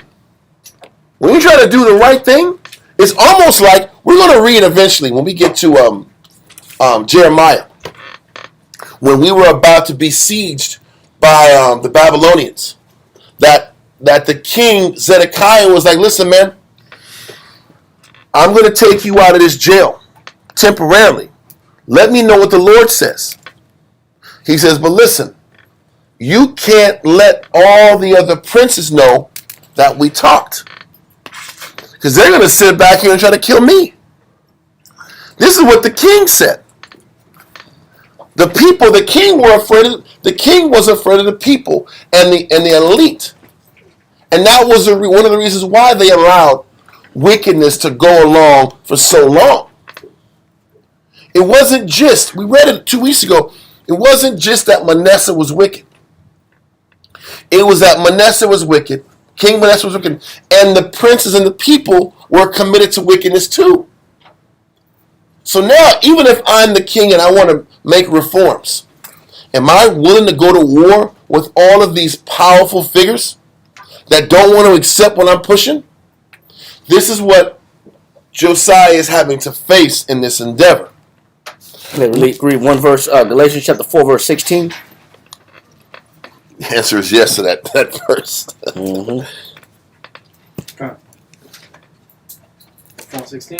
Mm-hmm. Galatians chapter 4 and verse 16. Am I therefore become your enemy because I tell you the truth? What happens when you start telling the people the truth about themselves? Become your enemy.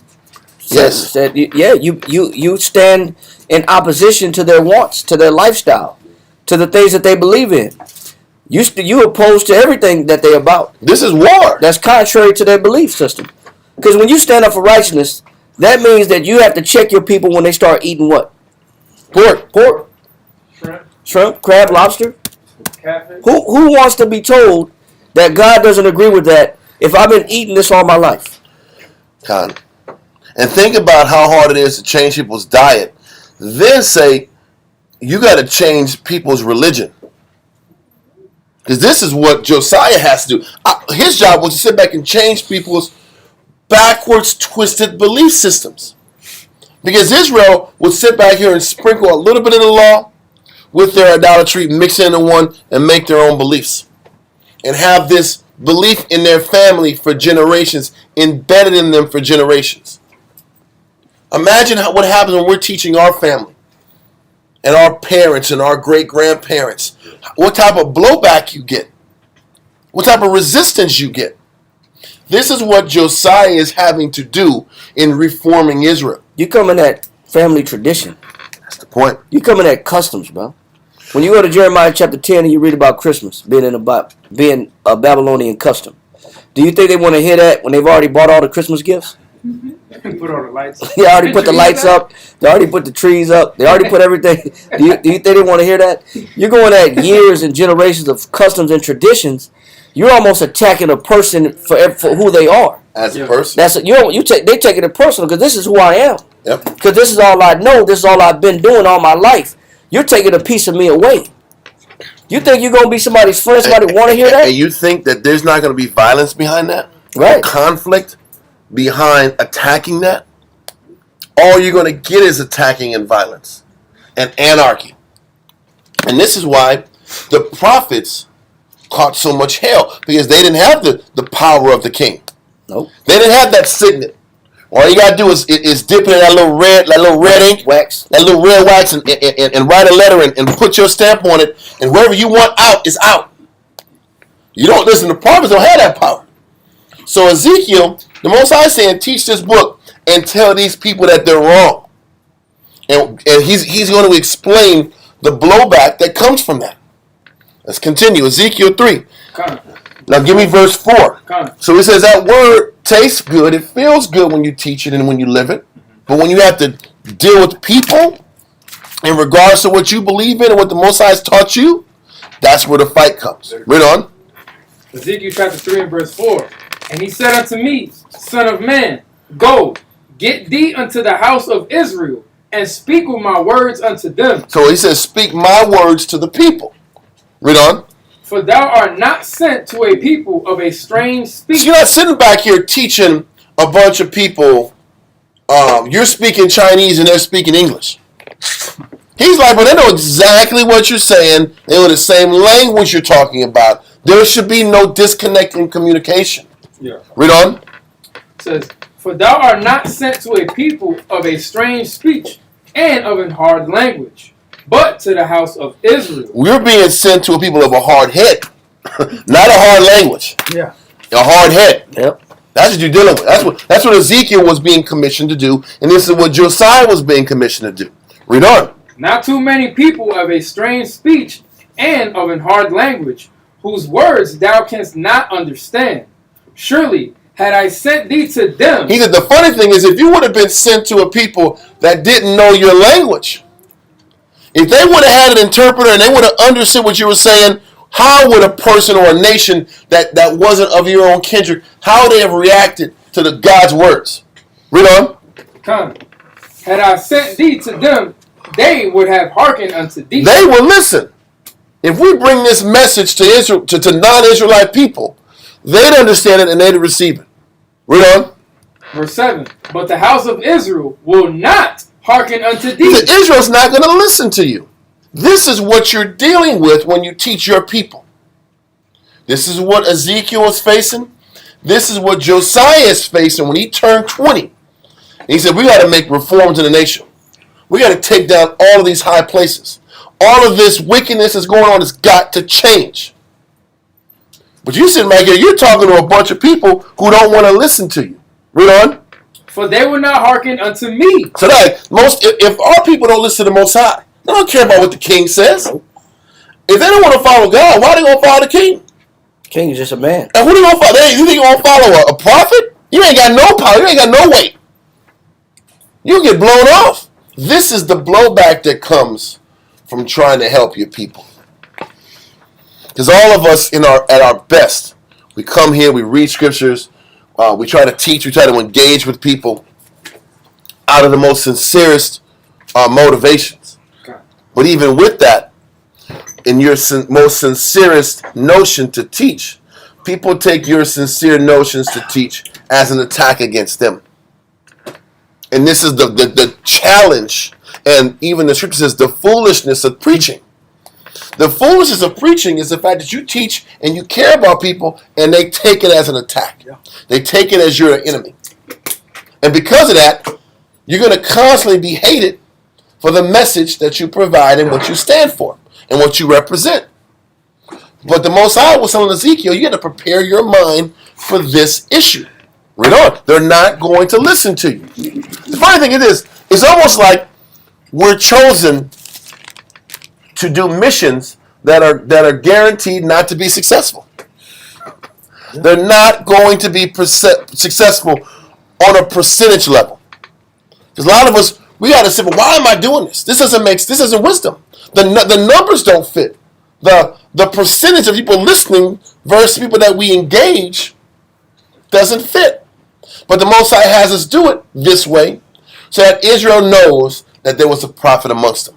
Yep. So that Israel knows that they were taught and they chose. So when this hellfire comes down, they know they got taught. They know the word was given to them. That's the point. So the Most High, a lot of times, uses his prophets. He takes them on suicide missions.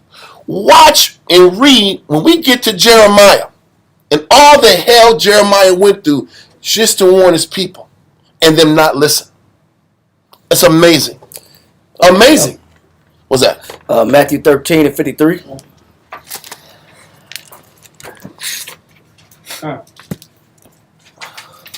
Matthew chapter 13 and verse 53. And it came to pass that when Yahushua And Yahushua is a Hebrew for Jesus Christ in the Bible. So it says that when Yahushua in Hebrew, Yahushua in English, Jesus, go ahead. had finished these parables, he departed thence. Read. And when he was come into his own country, So where did Christ go? his own country, Christ came back after teaching abroad, healing people, giving sight to the blind, giving strength to the lame, giving healing the lepers, the people with leprosy. After doing all those miracles abroad, he came back home in his own country. Go ahead. he taught them in their synagogue, And he came home in his own synagogue where he grew up at. Read on. insomuch that they were astonished and said, whence had this man with this wisdom? Where does man get this wisdom from? Who this man? Where does On the net. Yeah. Where does man come from with all this wisdom? Yeah. Go ahead. Whence have this man with this wisdom and these mighty works? And he got. Crazy, And he's bro. got. Where did he get this power from? How was he able to speak like that? We knew him when he was just a little grasshopper. Yep. We knew him. Ain't he a carpenter's son? Yeah. Yeah, that's what it goes into. Ain't he a carpenter's son? Ain't he married little boy? That little boy. But I remember he used to be in the tree all the time. Yeah. All you did was climb trees. And you'll never look past that guy, that kid. Yeah. Yeah. Exactly. They only see you when you're young and immature. Yep. They don't see the spiritual man. Read on. Is not this the carpenter's son? Yeah. Is not his mother called Mary? And his brethren There you James? Now you're breaking him down. I know James. I know Mary. What he said is you just a regular guy. Dude. That's what I'm saying. You're a regular guy. We know you from when you was knee high to a duck. That's old saying. That's country right there. That's country talk right there. Old saying. Right? Go ahead. And his brethren James and Joseph and Simon and Judas and his sisters, are they not all with us? When, it says, whence then have this man all these things? You know what's being perplexed? Their impression of who you are supposed to be. You're supposed to be that same old guy that they're used to. Yep. You're supposed to be that same kid that you make dumb decisions, and you're supposed to be that same nickname that they gave you when you was young. This is how they're looking at Christ. Yeah. We know you. We know where you come from. But where did you get this wisdom from? Where did you get this understanding from? We can't look at you the same. Yep. That means we gotta respect you for what you're saying and for what you're doing. And they don't want to do that. And they don't want to do that. So because I don't want to listen to your wisdom, now I got to break you down and bring you down to our level. Because it can't be that what your message is this powerful. No, you're just like us, so I'm not going to listen to you. Because you know what? But by saying you're just one of us, we know where you come from. Don't get beside yourself. Don't forget where you come from. What they're saying is you're bringing a change that we're not comfortable with. You're saying some things that's foreign to us. Yeah. And then you're putting us on the spotlight by what you're saying. And you're not qualified to tell me I'm wrong. Exactly. You're not qualified to tell me I need to change because I know you when you was a boy. Because you was young. I didn't clean your diapers, man. What you talking about, Yeah. man? That's the first thing that pops in your head when somebody's dropping wisdom and you was a youngin'.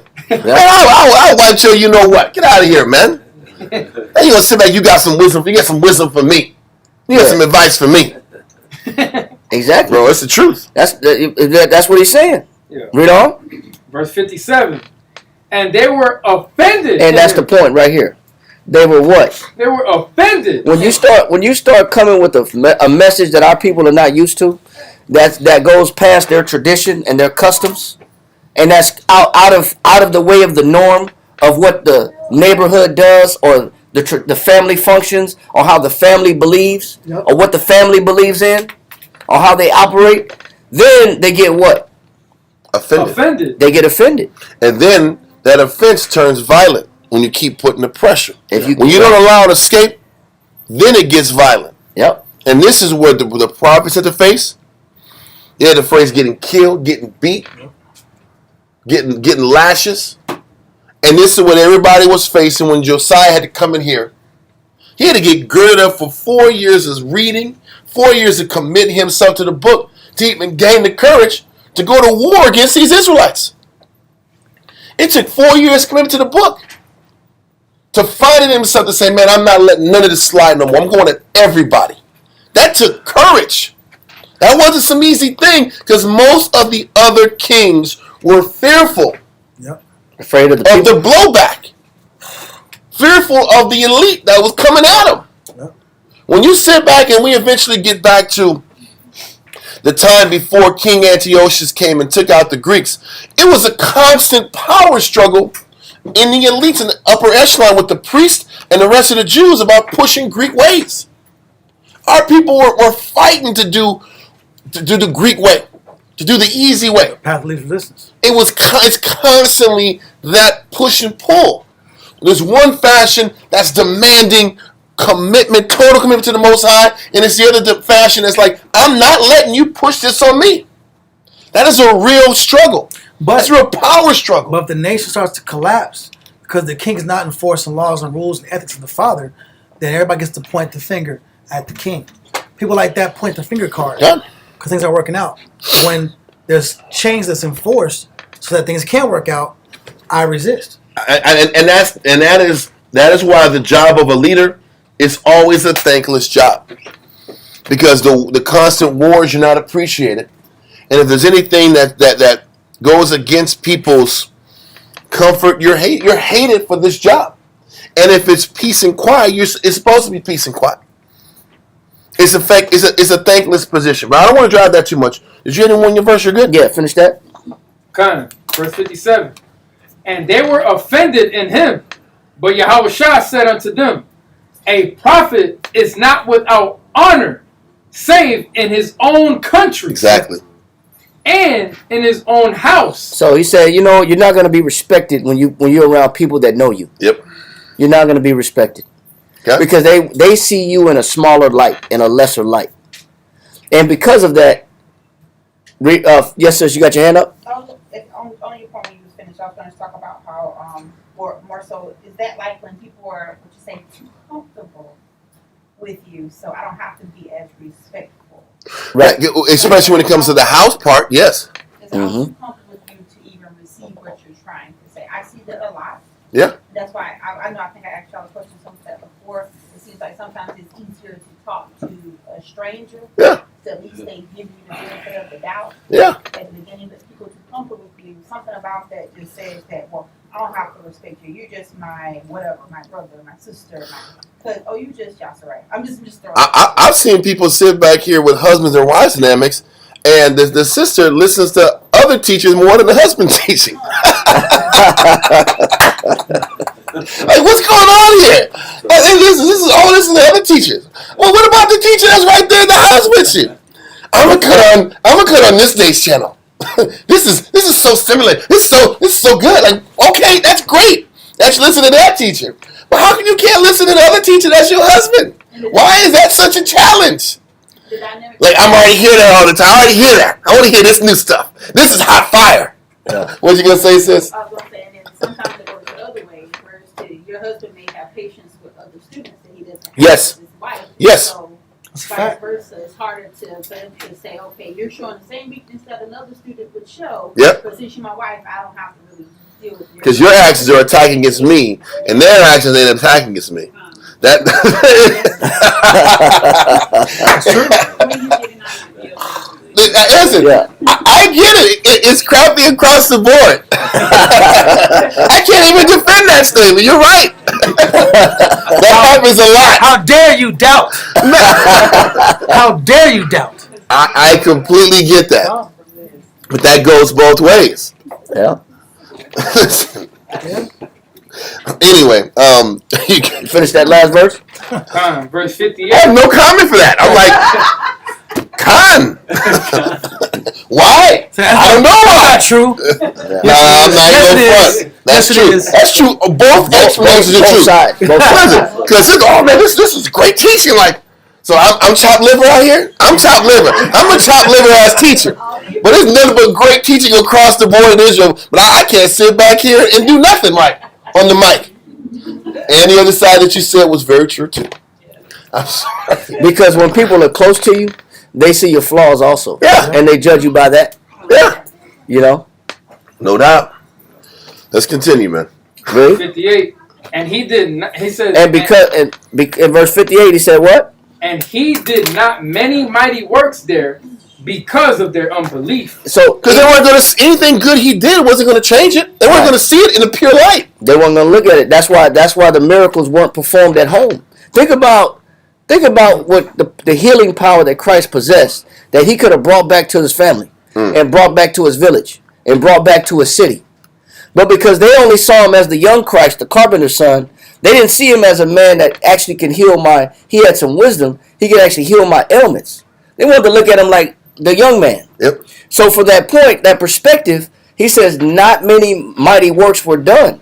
Not many mighty miracles were done. So there was leprosy that could have been healed. There's blindness that could have been healed. There's lameness that could have been healed. There's sicknesses that could have been healed. I got to bring up this point. But why couldn't the people receive it? What's one of the major reasons that people couldn't receive it? This is one of them. If I acknowledge your growth and how you've evolved from here to here, I also have to acknowledge something else. I also have to acknowledge how much I've regressed. Yeah. And how much time I've wasted. Yep. A lot of people can't accept another person's growth and how they've evolved, because it also means I have to say, man, I have wasted 30 years of my life not spiritually growing, not changing, Not submitting. running in place, not submitting. That is such a tough pill to swallow. It's easier to discredit somebody else than truly look at myself and say, man, I have actually diminished from where I once was 15, 20 years ago. Can people look themselves in the mirror after that? Most people have to do what they got to do to look themselves in the mirror. So in order to look themselves in the mirror, I got to tear somebody else down so I can accept who I am. That's why people do those things. So if they would have accepted Christ as being this prophet and great man, as we talked about earlier, Christ had to earn that from his abstinence, from his changing, from his sacrifice, from his humility. They would have said, man, you've grown, you've been disciplined, you changed this, you gave this up. Oh, what have I been doing my whole time? All this time you've been making adjustments. What have I been doing? Nothing. Wasting my time. Complaining. Staying in the same mire of negative and wickedness. Or regress. Or regressing. Who wants to sit back and look at themselves in that light? One. And how many of us can handle that? And still stay upbeat about their life? Most people can't. Most people can't handle the fact that what they're doing is not good enough. And what they're giving is not good enough. And how they're operating is not exceptional enough in the Most High standards. Not inspiring. So when the Most High sits back here and sends his prophets and teachers or Christ or great men to raise the bar and the expectations of how we're supposed to operate, now everybody's on notice and nobody wants to feel inferior. Most people don't want to feel inferior, and that's why Paul said, am I an enemy because I tell you the truth? Because I pointed out your inferiority? Now I'm an enemy? I pointed out your weakness, now I'm not a good person anymore? And people don't want to admit that the person that's communicating with them has become the enemy. They want to be, this person's attacking me, you don't love me, you don't care about me, you have a problem with me. They want a scapegoat. They want to paint a false picture. Our people are kings, and the answer to your question says, this is completely us. Israel will live in denial, denial, denial, denial, denial. We don't want to accept ourselves for who we are. That was a perfect scripture. Or say you're not my judge, because that's another angle that we like to say is, who are you to judge me? Yeah. The minute you have some criticism, or you don't even have to have criticism, you could have just made some changes. Yep. But those changes, like you just brought out, can make somebody else feel uncomfortable because they feel like, who do you think you are? And the funny thing is even with that notion of judgment, we're supposed to judge people according to the scriptures. Yeah. We're not supposed to judge people in this light to see the worst in them. That's how Christ explains judgment in a negative light. I'm not supposed to see the worst in our people. I'm supposed to see the good in my people. When I see the worst in them, then there is disdain and hatred that comes off that. That's the judging that's negative. But if I say, hey man, you're doing this wrong, you shouldn't do that. That's not negative judgment. But people even interpret judgment the wrong way. Anyway, we're good on that? Mm-hmm. Perfect verse. Let's continue in Ezekiel 3. You're going to have to leave. Nathaniel, you're going to take over.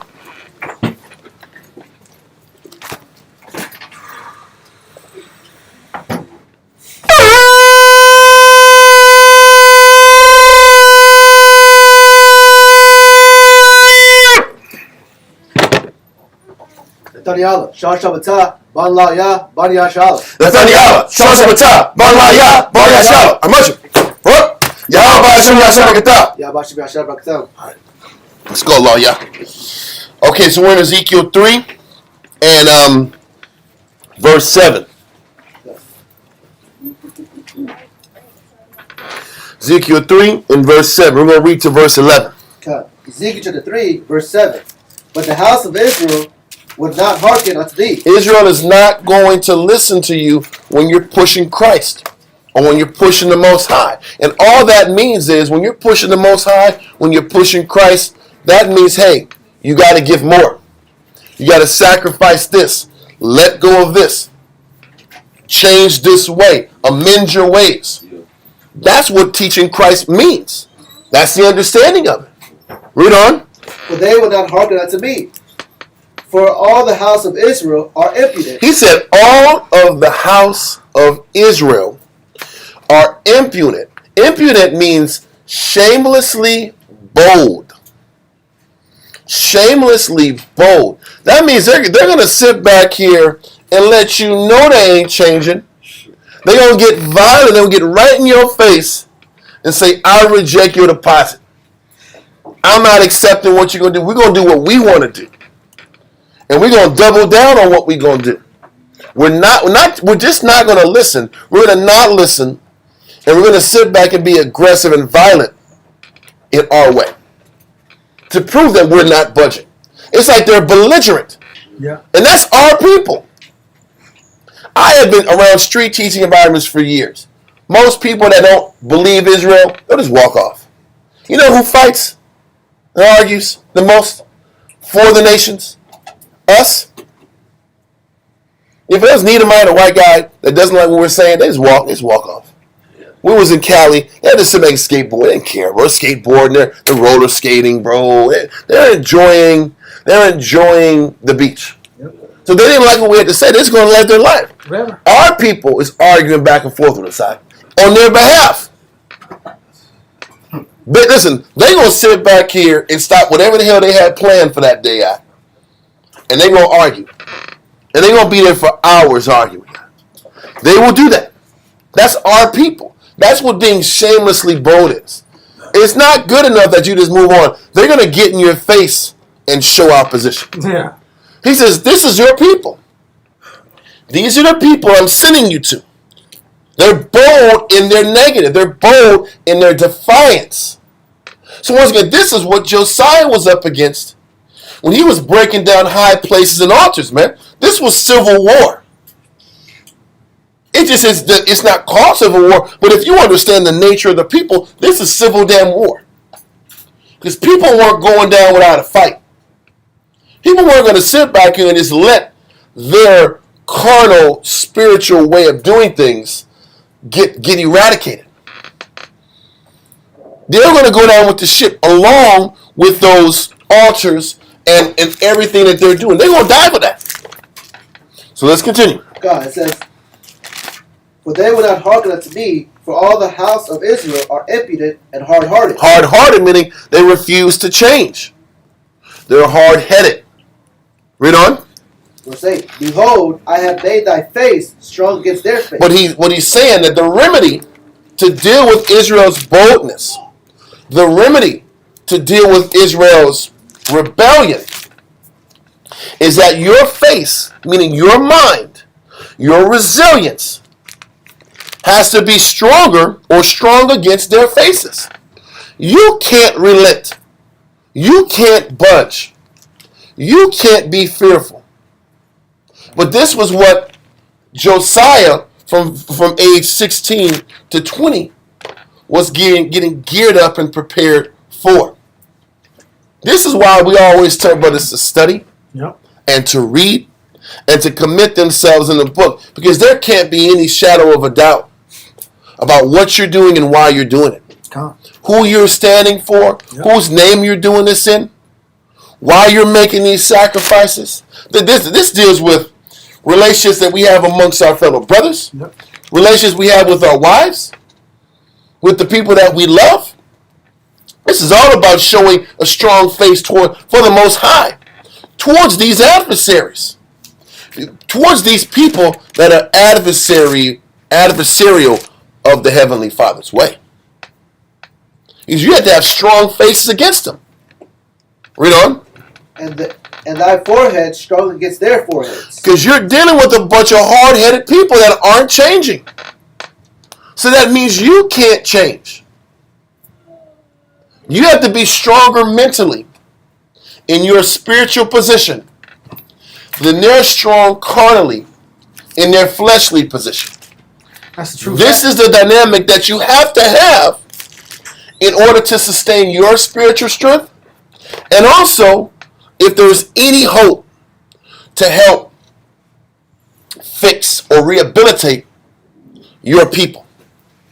If there's any hope to rehabilitate your nation, you better stand strong. You better stand firm. And you better believe what you're reading and speaking every day. The Most High is going to demand each and every one of us to truly believe in the words we say we say we know. Read on. God, verse 9. As an adamant harder than the flint. As an adamant harder than flint. Flint is a strong metal. Adamant is stronger. Adamant is stronger than flint. He's saying our mind has to be stronger than their mind. Our will to please the Heavenly Father has to be stronger than their will to pursue their ways. And that's conflict right there. That's conflict. We read about it with those people of the Lord when they went against those people who had a coup against Ammon. Listen, who's going to sit back here and be strong enough to defend the word of the Most High? Because everybody around you is trying to push you to go opposite of the Most High. And that's just for your young brothers too in school. It's a cesspool in school. So I was in the knowledge when I was in high school. I was 15. There was nobody giving two you-know-whats about the Bible. Nobody gave nothing, I don't even want to say it online. They didn't give a damn about the law, the Sabbath. The party was on Friday. Am I right or wrong? Everybody want to get turned up and let's go hang out over here. And whatever happens, happens. You ever had friends that are like, let's go hang out. And in the back of your mind, like, I know damn well my mom ain't gonna let me go out here. And my friends, they don't have no curfews. They just hang out. Am I right or wrong? Yeah, we rolling out on Friday. Where we going? Oh, we just gonna be going out over here. And then your mama go like, where you gonna go next? Oh yeah, we gonna be honest. We gonna see what's up. You can't give your parents that kind of answers. Hey mom, I'm gonna go out. We're gonna go over here across the way. After school, we're gonna go across the street to the pizza spot. yeah. Okay, how long you gonna be? I don't know. Where you gonna go after that? I don't know. Listen, the plan, we're gonna walk around. We're gonna get this pizza, and the plan is we're gonna walk, B. We're gonna walk these streets. We're gonna see what's going on. Then we might go get some slushies at the spot 3 blocks down the way. And then after the 3 blocks, you know what? We're just getting started. What's next? And it's a Friday. It's getting dark out. That's youth. And so important, you got all of your friends and the people around you are constantly pushing you to go left, to go these different directions. And you guys say, nope, I'm going to be the guy that wants to read the Bible. And guess what everybody looks at you like? Oh, man. I thought it was cool, bro. Yeah. Like this. You're the square. You're the square. Like this.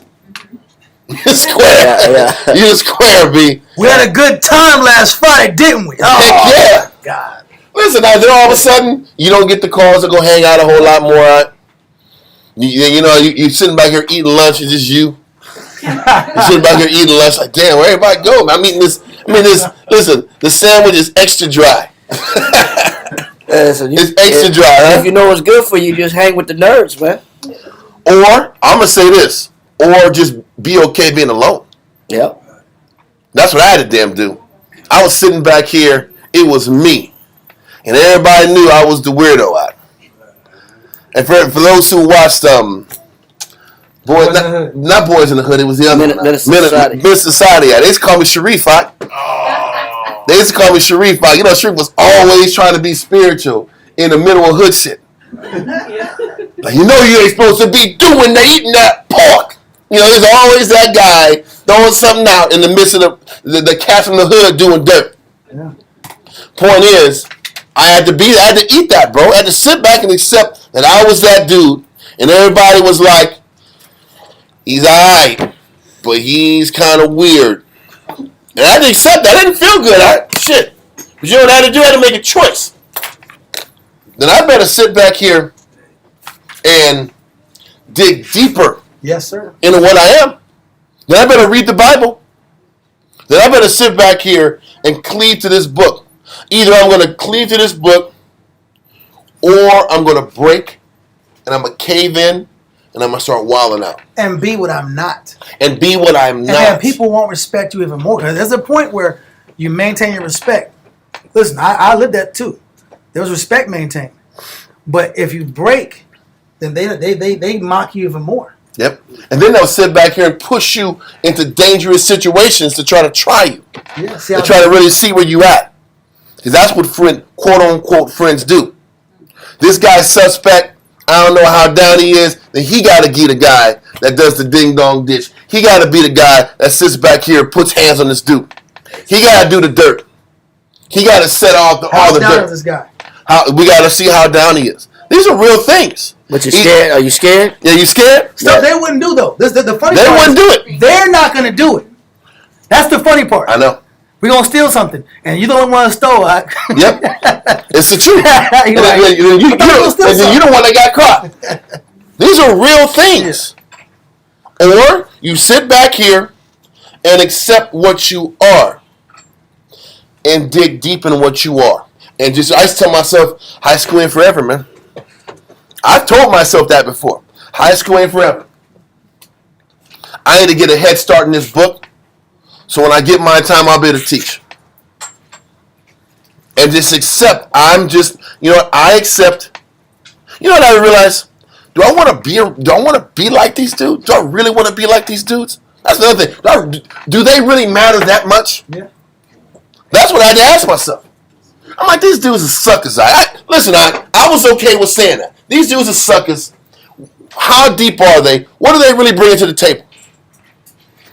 And these are the things you have to go through in your mind when you feel lonely, when you feel weak, when you feel vulnerable, when you feel ostracized. Or you don't fit in? You gotta say, well, I'm not going to fit in there. Then I'm okay with not fitting in. This is really the mindset. Then I forget these dudes, right? And then the most And then if they want to sit back and clown, you know what? I'm not going to give that answer online. But my point is this. You have to be strong enough to hold your position and not care how they look at you. Yeah. And if they sit back here and they want to sit back and belittle you and talk and clown, you know what? Sometimes you got to eat that, and sometimes you don't. Bullying starts in kindergarten. They start earlier. Yep. They going Peer pressure. Peer pressure, bullying, all that start early. No, it's all good. You gotta be able to resist against it at an early age. You gotta have some resolve about yourself. Otherwise, they're gonna chase you home. You're gonna come home crying every day about who said what about you, who's not accepting you as a friend, who's not letting you in the club because they got every. There's always 15 different clubs, you know, and cliques and that you can be with. You know, you got the skaters, the athletes, the jocks, the nerds, the preps. You always got cliques and crews that you want to be accepted in, and if you don't, and if you don't get in, you feel bad, because you don't know where you are as a man or a young woman. But if you know what, if you have a resolve for serving the Most High, if you make a commitment to serving the Most High, you may not see the benefit of it for that moment, but you will see it 5 years from now, 2 years from now, 10 years from now. And the way you see it is the same dynamic that you have to go through when you're getting over rejection, when you're getting over looking like this weird guy, a weird person, a weird woman, is the same dynamic it takes to fight that lust that rose on you as you grow older.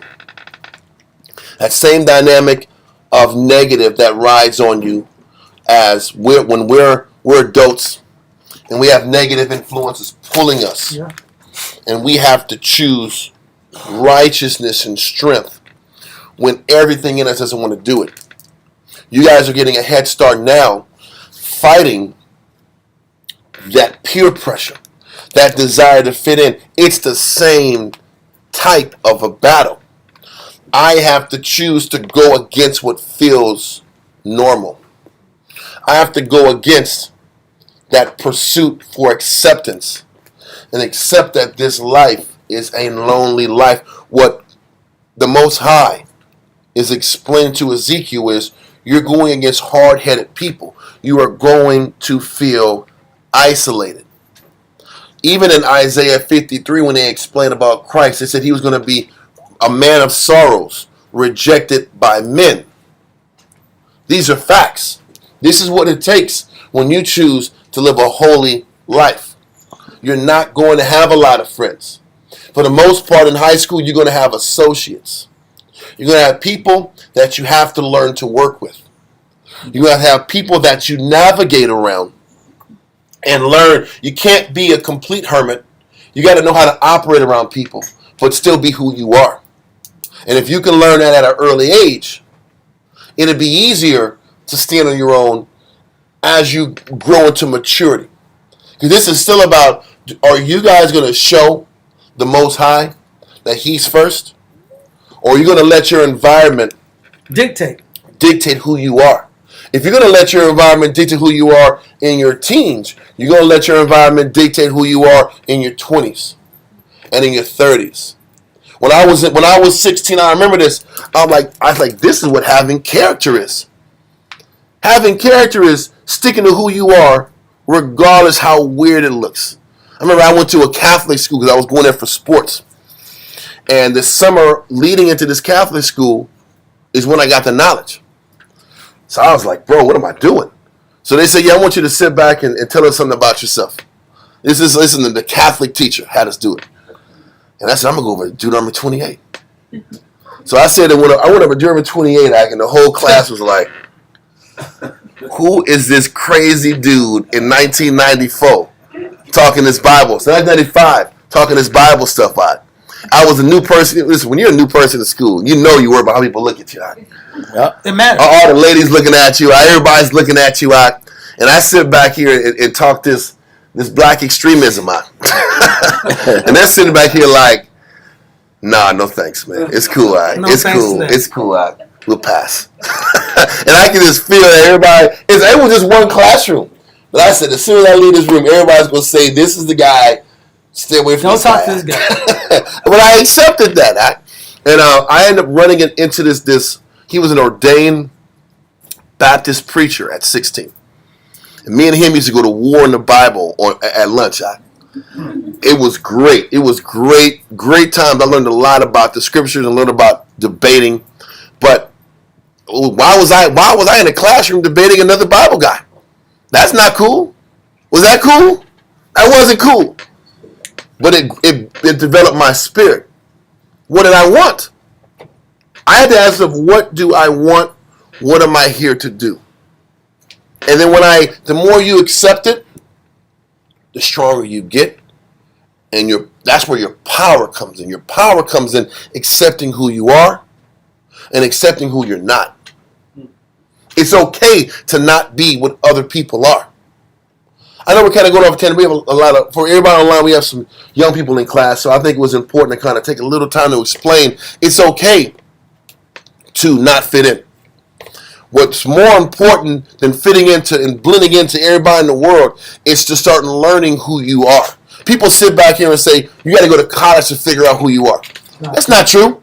Because what that means is, I got to sit back here and try some LGBTQ stuff for a couple years.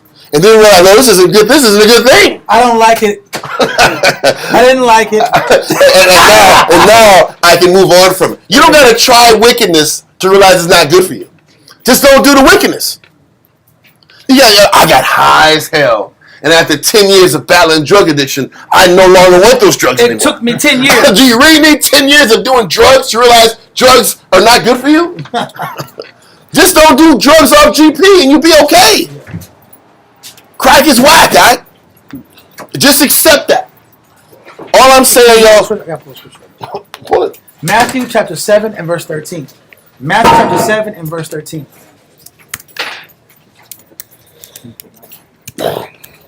7 and 13. Matthew 7 and 13. God, Matthew chapter 7, verse 13. Enter ye in at the straight gate. Enter in at the what? Straight gate. The straight gate is the difficult gate. Straight means difficult, right? And narrow. Challenging. And narrow.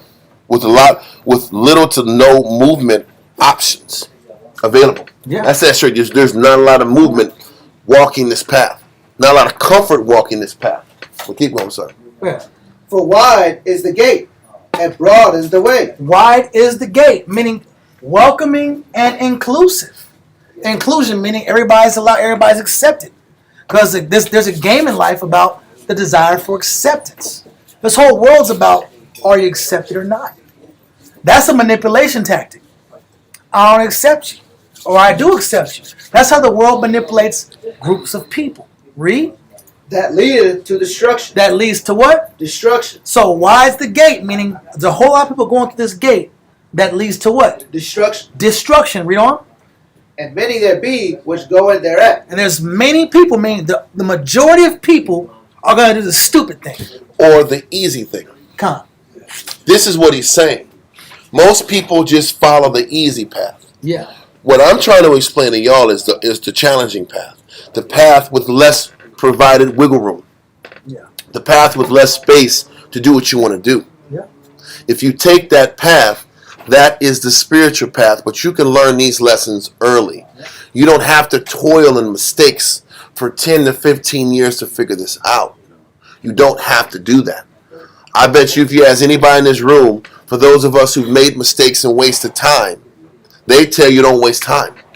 They'll tell you sit back here from your youth and learn what it takes to please the Heavenly Father. And what you learn is what it takes to please the Heavenly Father is to be comfortable being uncomfortable. Is to accept that the path that's uncomfortable will lead you close to the Heavenly Father. The path that pushes you towards discipline is the path that gets you close to the Heavenly Father. Accept that. Accept that the majority of the people that you go to school with and you hang with won't be there in a year or two. That's the life. They will never be there. They're not going to be there with you unless they think the same way as you. If they're thinking about pleasing the Most High, then those relationships can last. Those relationships that's going to take you just for fun and temporary energy, they fizz out. I've gone, listen, for those of you, how many people still hang out with their high school friends? Or still tight with their high school friends? Come on, man. You might have one person that you have an association with, that you're aligned with. That's it. That's it. This little window of life, it's a short window. As much as you might think I'm in year 3, I got 2 more years to go. It's going to be fun. It ain't, bro. It's going to be like this. Utilize your time wisely. Don't waste time.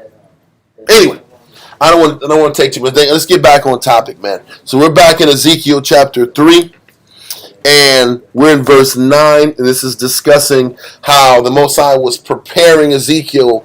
Hey, listen, the people that you're engaging are hard-headed. They're stubborn. Their mind is like flint, and your mind has to be adamant, which is a stronger metal. It's a stronger mind. Your willingness to do good has to be stronger than their willingness to be negative. This is what life is in general. Are you stronger in your stance than they're strong in their stance? This is where you guys are getting tested at. Read on. Ezekiel chapter 3, verse 9. As an adamant harder than a flint have I made thy forehead. Fear them not, neither be dismayed at their looks. Meaning their looks, their words, their actions. This is what Ezekiel is getting prepared for. This is what Josiah was getting prepared for. The only advantage Josiah had is he was a king. And he had the power to kill who he needed to kill to enforce the situation. But it didn't change the fact that he was still going to make enemies. When you stand up for what's right, you're going to make enemies. One verse on that, Psalms 22 and 22.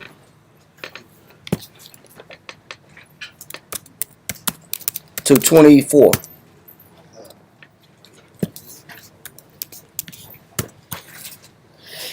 Psalms chapter 22, verse 22. It says, receive, I pray thee. No, Psalms 22 and 22.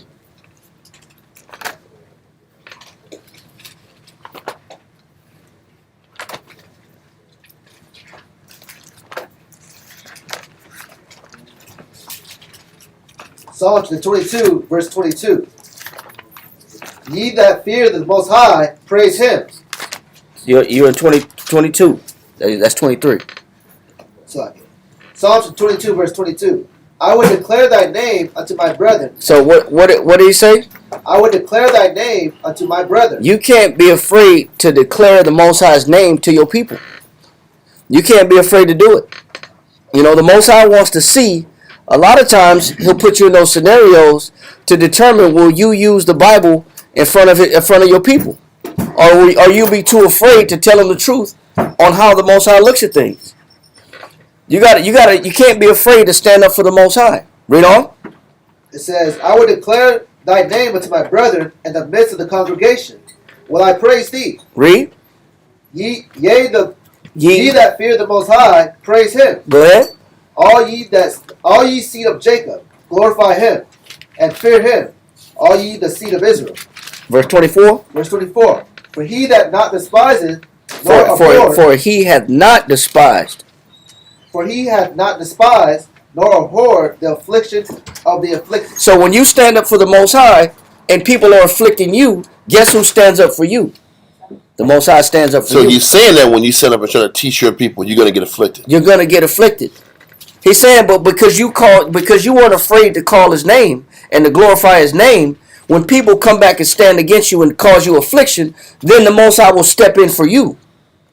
You don't have to be ashamed of glorifying the name of the Most High in front of people, because the Most High will stand up with you for doing so. Read on. Neither hath he hid his face from him. Read. But when he cried and then when you cried to the Most High, because you wasn't afraid to declare His name in front of people, when you call on the name of the Most High, read. He heard. He what? He heard. He heard who? He heard that person that stood up for Him. That's how you get the Most High to hear your prayers. You stand up for Him in front of His people, in front of your people. And then when you call on the Most High, He'll come through for you. That's how you get the Most High on your side.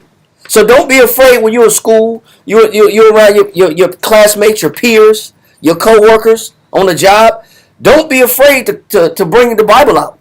Don't be ashamed to call yourself a believer. That's how you get the Most High to support you. Yep. That's how you get Him to come through for you. You're not going to be accepted. So what? But who's more important that you be accepted by? Some people that you're not even going to be around in 5 years or 4 years? Or the Most High? This is why the Most High says, be of good courage. Yep. When it comes to dealing with the Most High and being a servant of the Most High, it says, be of good courage. Because this is what it takes to stand up and be that example and eventually teach. Even if you guys start off and just learn to be an example, that goes a thousand miles in difference. It's just being a certain way and not bending to what everybody else is doing. You do that, you're doing the most teaching you can do. Because your person can do all this talking, but you're trying to blend in with people and you wonder why you don't get accepted. Just be who you are in Christ and be unyielding in that position. And the Most High will honor and respect that. No. You got more on that? That was it. Let's continue. Let's get back in this Ezekiel. Let's get some headway in here, man. Let's get Ezekiel 3. Let's keep going. I want to get back to the topic. Read up. Verse 11? No, not 11. Read verse 9. We didn't finish it. Yeah. Verse 9. Ezekiel 3, verse 9. As an adamant harder than the flint have I made thy forehead. Fear them not, neither be dismayed at their looks. Their looks, their actions, their responses to you doing the right thing. And an adamant is a diamond. I don't know if you brought that out already. I didn't bring that out, no. Yeah, an adamant, when you look at the definition of adamant in the Bible, an adamant is a diamond. So he's telling you that if you want to make a fire, you could strike two flint stones or flint rocks together, and flint will create a spark. That's how hard flint is. You can strike it together, and it'll create a spark. You can start a fire with flint stones. But what's harder than flint stones? Diamonds are harder than flint stones. You cut rock with a diamond tip saw. You take a saw, you put crushed diamonds on it, and that's how you cut through hard stones. That's how you cut through hard surfaces. So he's showing you one mineral is harder than the other mineral. The minerals have different qualities, properties, compositions of hardness. So he's showing you that the diamond is harder than the flint. So what he said is, when you're teaching your people, your mind got to be harder and more resilient than their ability to say no. They're going to reject you. They're going to resist you. Your mind has to be stronger than their opposition. Yep. You got to stand in the defense of the gospel. You got to stand stronger than their ability to say, I don't want to hear that. Yep. Your belief is what's determined by how solid you are as a person. And that toughness. Yep. Well, let's continue. So he's saying, once again, I want to make sure we reiterate why we're here in the first place. We're in Ezekiel because the Most High is giving Ezekiel the understanding of what it takes to reteach your people, what it takes to clean up your people. And he went into detail to explain how hard-headed Israel is and has always been, and connects it with Josiah, with what he's about to embark on once he was 20 years old. And he made a decision to sit back and eradicate all of the idolatry that was going on rampant in Israel. So, continue. Read verse 10. No, read the last part of verse 9. Neither be dismayed at their looks, though they be a rebellious house. Read on. Moreover, he said unto me, Son of man, all my words that I shall speak unto thee, receive in thine heart, and hear with thine ears. And go, get thee to them of the captivity, unto the children of thy people, and speak unto them, and tell them, Thus said the Most High, power, whether they will hear it, or whether they will forbear. And this is the mindset, whether Israel wants to hear it, or if they want to reject it, we have to engage. And Ezekiel was commissioned to be a prophet to Israel once we got shipped to Babylon. And if I'm not mistaken, he was part of the first set of people that were sent to captivity during the reign of Jehoiachin or Jehoiakim. No, it was Jehoiachin. It was Jehoiachin, and that was in I don't know if I have it off the top of my head. It was in 590 something BC. Okay, we'll go into that sooner or later. Let that go. Once again, it was about whether they hear or forbear. We had to send them for what's right. Now let's get back to Chronicles 34 and verse 3. 2 Chronicles 34 and verse 3. 2 Chronicles 34, verse 3. For in the 80th year of his reign... No, the 8th. For in the 8th year of his reign... In the 8th year, that was when Josiah was 16 years old. Read on. While he was yet young, he began to seek after the Most High... Read on. Of David his father. And in the 12th year, That means when he was 20 years old, it was the 12th year of his kingdom. So when Josiah was 20, read on. he began to purge Judah and Jerusalem from the high places, and the groves, and the carved images, and the molten images. So he sat back here and had to go to war with the majority of Israelites that weren't following the Heavenly Father. You got to think about Manasseh sat back here. Don't forget what Manasseh did, what Josiah's grandfather did. Josiah's grandfather killed off all the prophets. He killed off all the prophets, and he was wiping out righteous people. So there was a shortage of men that were living right in the city. The majority of people in Jerusalem and the outward cities, surrounding cities, were serving idols. So if you're Josiah, you're just in the kingdom. You're 20 years old. You're sitting back here going against the grain, eradicating cities of wickedness and evil. You think that was the popular move? You think everybody was with that move? He was catching major blowback from sitting back here and reforming everybody. Only one other king eliminated the high places the whole time. You read about Jehoshaphat eliminated high places for a short period of time, but everybody else never even went at the pride of people. It's one thing to take out altars and idol worship and Baal worship and Molech worship. But when you sit back here and eliminate and take these men from being their home priest, now you're sitting back here and starting real war. Because when Israel was sitting back here taking out those high places, those individual Israelites, that was where you got the greatest blowback from. When Israel wanted to do their own thing and serve the Most High the way they wanted to, without going to the priest, without going to the temple, they were the ones that was fighting back. Why do you think most of the kings never did it? Why do you think most of the kings didn't break down the high places? Too much lashback.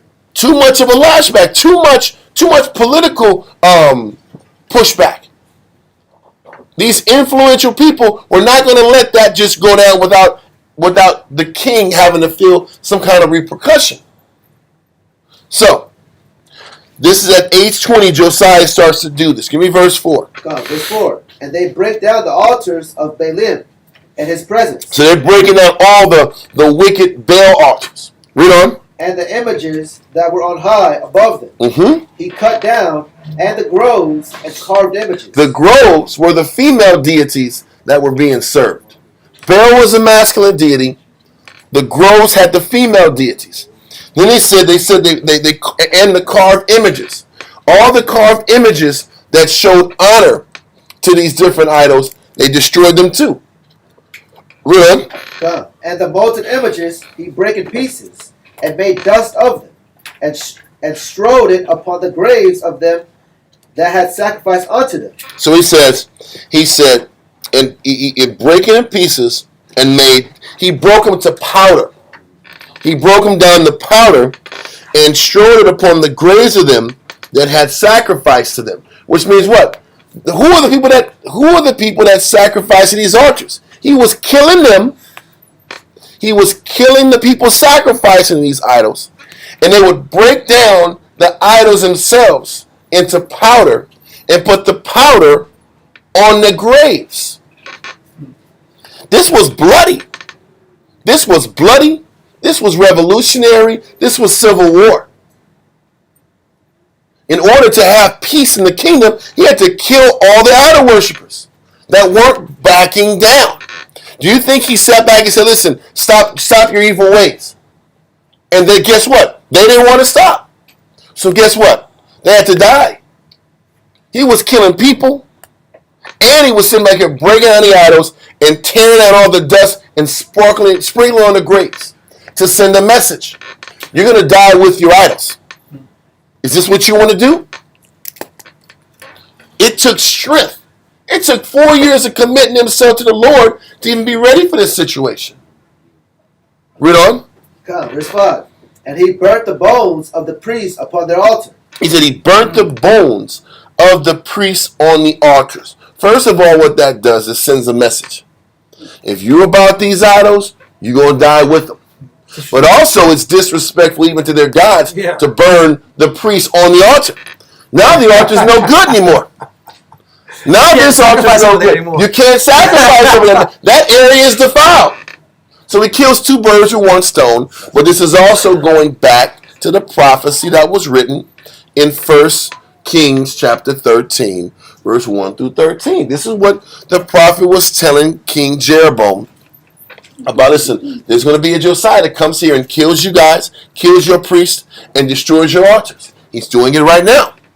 Read on. And cleansed Judah and Jerusalem. He cleansed Judah. He did a righteous spiritual purge, just like King Manasseh did a wicked negative purge. Okay?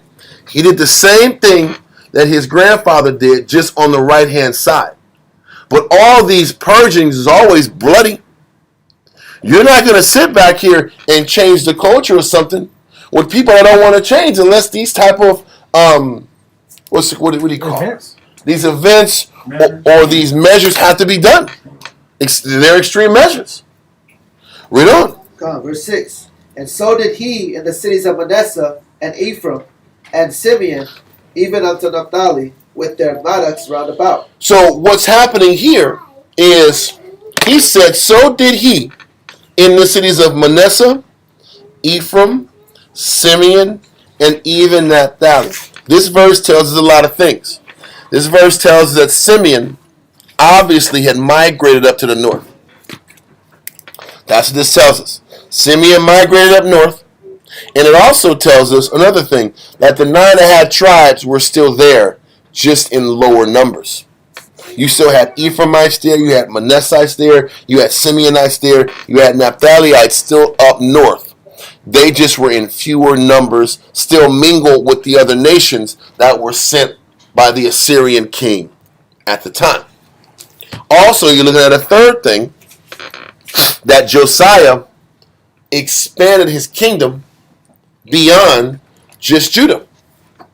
If he's going up to north, he's reclaiming the city. He's reclaiming the whole countryside. He retook the northern kingdom, and he sat back and eradicated the idol worship from the northern kingdom. So he sat back here, not only reestablished Judah, he reclaimed the north for himself also, and he reunified the northern and southern kingdom for a short period of time. It takes a stout belief in the Most High to attack people for what they believe in, and then go back and clean house and clean the whole house up. Clean the whole house and retake what was by the Most High his in the first place. Right. That was a bold move, but it was bloody, and it didn't happen overnight. This took wars to establish this. This took internal battles and purging to establish this. Okay? So, let's read verse 7. Verse 7. And when he had broken down the altars and the groves, and had beaten the graven images into powder, and cut down all the idols throughout all the land of Israel, he returned to Jerusalem. So him doing that goes back into 1 Kings 13, verse 1. Let's read that again, just so we have an understanding. A reminder of this prophecy that was in 1 Kings 13 being fulfilled. Because this action is a fulfillment of that prophecy. 1 Kings 13, verse 1. Matter of fact, to jump right to the point, let's do verse 2. 1 Kings chapter 13, verse 2. And he cried against the altars and the word of the Most High, and said, O altar, altar, thus saith the Most High, Behold, a child shall be born unto the house of David, Josiah by name, and upon thee shall he offer the priests of the high places that burn incense upon thee, and men's bones shall be burnt upon thee. So this actually happened, is what we were reading. These men's bones were burned on these altars. And this is how Josiah desecrated these idols' temples and purged Israel, the north and the south, of all of this wicked idolatry that was allowed for 300 years. So he's sitting back here trying to break 300 years of negative wicked habits to try to reclaim Israel and clean them up to please the Heavenly Father. Okay? So, we're going to let that verse go. I don't want to keep going over that topic again. Just one more thing on that Deuteronomy chapter 4, verse 24. Why would the Most High support Josiah destroying all the idols and the fake deities of the land and the worship of other gods in the land? Deuteronomy chapter 4, verse 24. Read that. God. Deuteronomy chapter 4, verse 24. For the Most High thy God is a consuming fire. He says the Most High is a consuming fire. Read on. Even a jealous power. He's a what? A jealous power. The Most High is jealous of us serving other gods. Yeah. He gets angry like we get angry. Yep. Like if you got somebody that you love and they run off with somebody else, wouldn't that make you jealous? Yep. Or even they're giving somebody more attention than you. Yeah. That's what it is. Yep. The priorities are all messed up. Yep. The Most It High don't goes got to be the the extreme. She left me or he left me. It could Right. be. Why are you on the phone with this person? Right. What you on the phone for? You don't laugh like that when on the phone with me. Yeah, exactly. You laugh extra loud. Exactly. Exactly. You pick the phone up fast. What's on that phone? Well, listen, why are you on Facebook so damn long? They can go to that. Why are you on the phone so long? Cut off that Instagram. Ain't no more Instagram. It's over. Who you getting dressed up for? Unlog it. Yeah. Unlog it. Unlog. Unlog it. And lose that password. Yeah. Anyway, so you understand jealousy. Yeah. We do. Exactly. Man do. Man understands jealousy. Well, guess what? The Most High is jealous also. He doesn't want us worshiping no other idols. He doesn't want us worshiping no other gods, worshiping no statues and no plaques and no monuments. You know, he said he don't want you worshiping any god made of wood or stone. Yep. So if the Most High if we get jealous, how much more does the Creator get jealous? Yep. That's why the Most High is okay with Josiah burning down these altars and the people that are worshiping the altars themselves. Yep. They got to go too, because they're the ones that's pushing this apostasy. They're the ones that's pushing this ideology and this idolatry that's causing people to deviate from the Lord. So the Most High is with Josiah doing this. He's supporting his endeavors of cleaning the house up. You let that go. Listen, real quick, go to Josephus, book 10.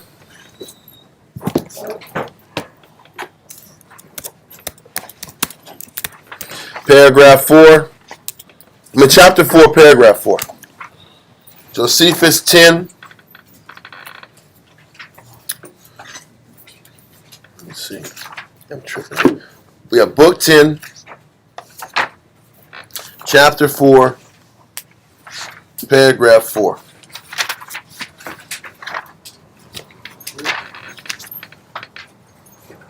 Read that. Where it says, and when he had done. Yes. God. I don't know. Josephus, book 4, chapter 4. It says, and when he had done thus in Jerusalem, he came into the country and utterly destroyed what buildings had been therein by the king Jeroboam, in honor of strange gods. And he had burnt the bones of false prophets upon that altar which Jeroboam first built. And as the prophet Jadon. That was a Judite prophet that came to Bethel in 1 Kings 13, verse 1 through 3. Read on. Who came to Jeroboam when he was offering sacrifices, and when all the people was heard him, foretold what would come to pass, that a certain man of the house of David, Josiah, by name, should do what is here mentioned. And it happened that those predictions took effect after 361 years. After 361 years, those predictions actually came into fruition. It was a 361-year-old prophecy that happened in Josiah's reign. Okay? Listen, the Bible is real. The prophecies are real. The only problem is sometimes when the prophecies don't happen during a person's lifetime, they get attacked and punished like it was their fault, and sometimes the prophets get killed. But it's not the prophet's fault that the prophecy had to happen generations down the line. Anyway, so that's what's going on. Now we go back to Second Chronicles. No. We do this. I want to make sure we show the philosophy of why the purging is so important. We're going to go to Ezekiel chapter 20. We're going to Ezekiel 20, verse 34 through 38. Ezekiel 20, verse 34 through 38. Ezekiel chapter 20, verse 34. Ready? I am almost ready. Matter of fact, after this one, we're going to have somebody else read. Okay, so it's 20, verse 34 through 38. Let's read it, sir. Ezekiel chapter 20, verse 34. And I will bring you out from the people, and I will gather you out of the countries wherein you are scattered, with a mighty hand and with a stretched out arm, and with... Matter of fact, read verse 33. Verse 33. As I live, saith the Most High God, surely with a mighty hand and with a stretched out arm and with fury poured out will I rule over you. This is how the Most High is saying. This is the future.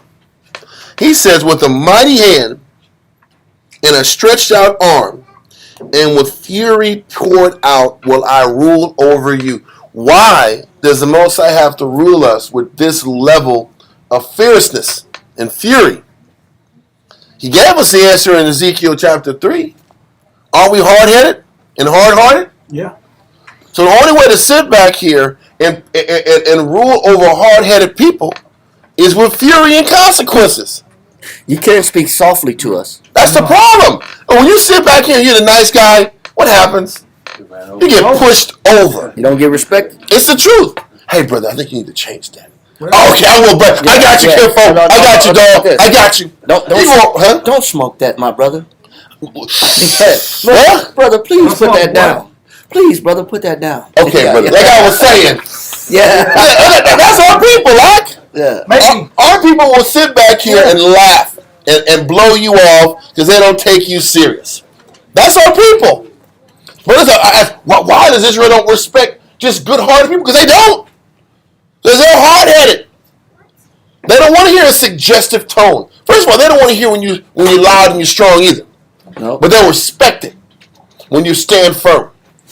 When you stand firm and you ride for what you ride, they'll accept. They'll accept that's what you are. And you'll at least get that. But most hey, listen, man, I got to rule over you with a furious hand and with a stretched out arm. You're like this. That's what a stretched out arm. I'm about to bust you up. Smash. Yeah. So hey, I need you to go over here. How many times when you was a kid, you would move if a belt was in a parent's hand. And up in the air. If a belt was in the hands like this, I'm going to get up. Because if they sit back and say, hey, clean the room. Okay. Clean the room. Junior, clean the room. They don't start cleaning the room till that belt's in your hand. Then all of a sudden, No. I clear. That's our people. That's our people. Start talking fast. Yeah. You know what I'm saying? Papers is moving. Trash is getting put in the trash container. Yeah. Beds getting made. The bed don't get made till you sit back here and threaten to take out Xboxes. Then all of a sudden I'll make my bed up. Hey, it's getting made. It's the truth. He said with a mighty hand and outstretched arm is how I got to rule over you. I got to always rule with the threat. And I'm about to drop a hammer on you. That's Israel. And that's us. Yep. That's us. We're not going to move without the threat of loss. Read it again from verse 33. God, verse 33. As I live, said the Most High God, surely with a mighty hand and with a stretched out arm and with fury poured out. Meaning, I'm ready to get you. Because when you sit back here, you don't want to chastise your kid. Like, man, I don't want to sit back here and why should it be this way? They'll sit back here and wear you down. I don't want to keep beating my son every day. Why? I got to whip him every day on this? Yep. Like, listen, I don't know about y'all. At the house, it's war when it comes to dishes out. It's war, right? It's damn war.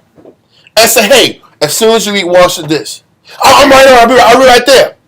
If I don't sit back here and chase this guy down, let's go. Let's go.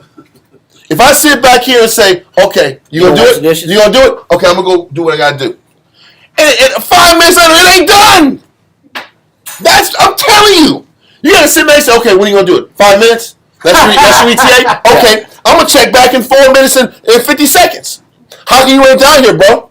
Yeah. No, man, let's go. Let's go. Let's go. If there's not that level of enforcement behind it, it ain't getting done. You try to sit back and give a person time to figure it out and, okay, I'll get around to it. He needs 10 minutes. I accept him. I get that. I get, you might need 10 minutes. To get yourself, especially getting up in the morning. I get it. But, they say 10 minutes, that turns to an hour and a half. And you know that. They tell you 10 minutes. I don't believe that 10 minutes crap. I don't buy that, man. Okay, then I'll do. Okay, then I'm going to wait for 10 minutes. Yeah, set the alarm. Yeah, I'm going to set the alarm and I'm going to come back in 9 minutes. I'm going to see what you're doing. Oh, come on, man. But then they don't like that. That's the only way it gets done. That's the outstretched arm with fury. I got to be ready to go to war. I got to muster fight to fight with you. You got to muster the will to go to war when he doesn't do what he says he's going to do. Am I right or wrong? And if you don't create and manufacture that intensity, nothing gets accomplished. Yep. This is our children. And this is us as adults. This is in the military. When you join the military, it's the same thing. That's why ETAs are so important. They banging trash can lids at 3 in the morning. And they keep doing it. Yeah. They ain't going to do it and go leave. They going to be on your ass until everybody is up. That's the only way you get anything done. You got to hover. You got to give the order, hover, or come right back to make sure it's done the right way. And then you'll sit back and they'll do the dish and it's got crap on it.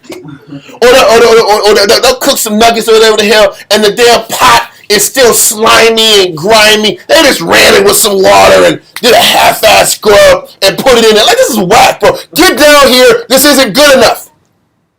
Yep. Put more elbow grease in it. Yep. Then you got to keep going to war until they break. And then they got to know, listen, I'm about to bust you up, bro. If this ain't done, then we got to get to that. Then we got to get to the physical threats of violence. Then all of a sudden it's done right. Then they're upset. Like, I had to go to war over a dish. Then are you going to go to war every day over a dish? If you don't, they ain't going to get done. They ain't get done.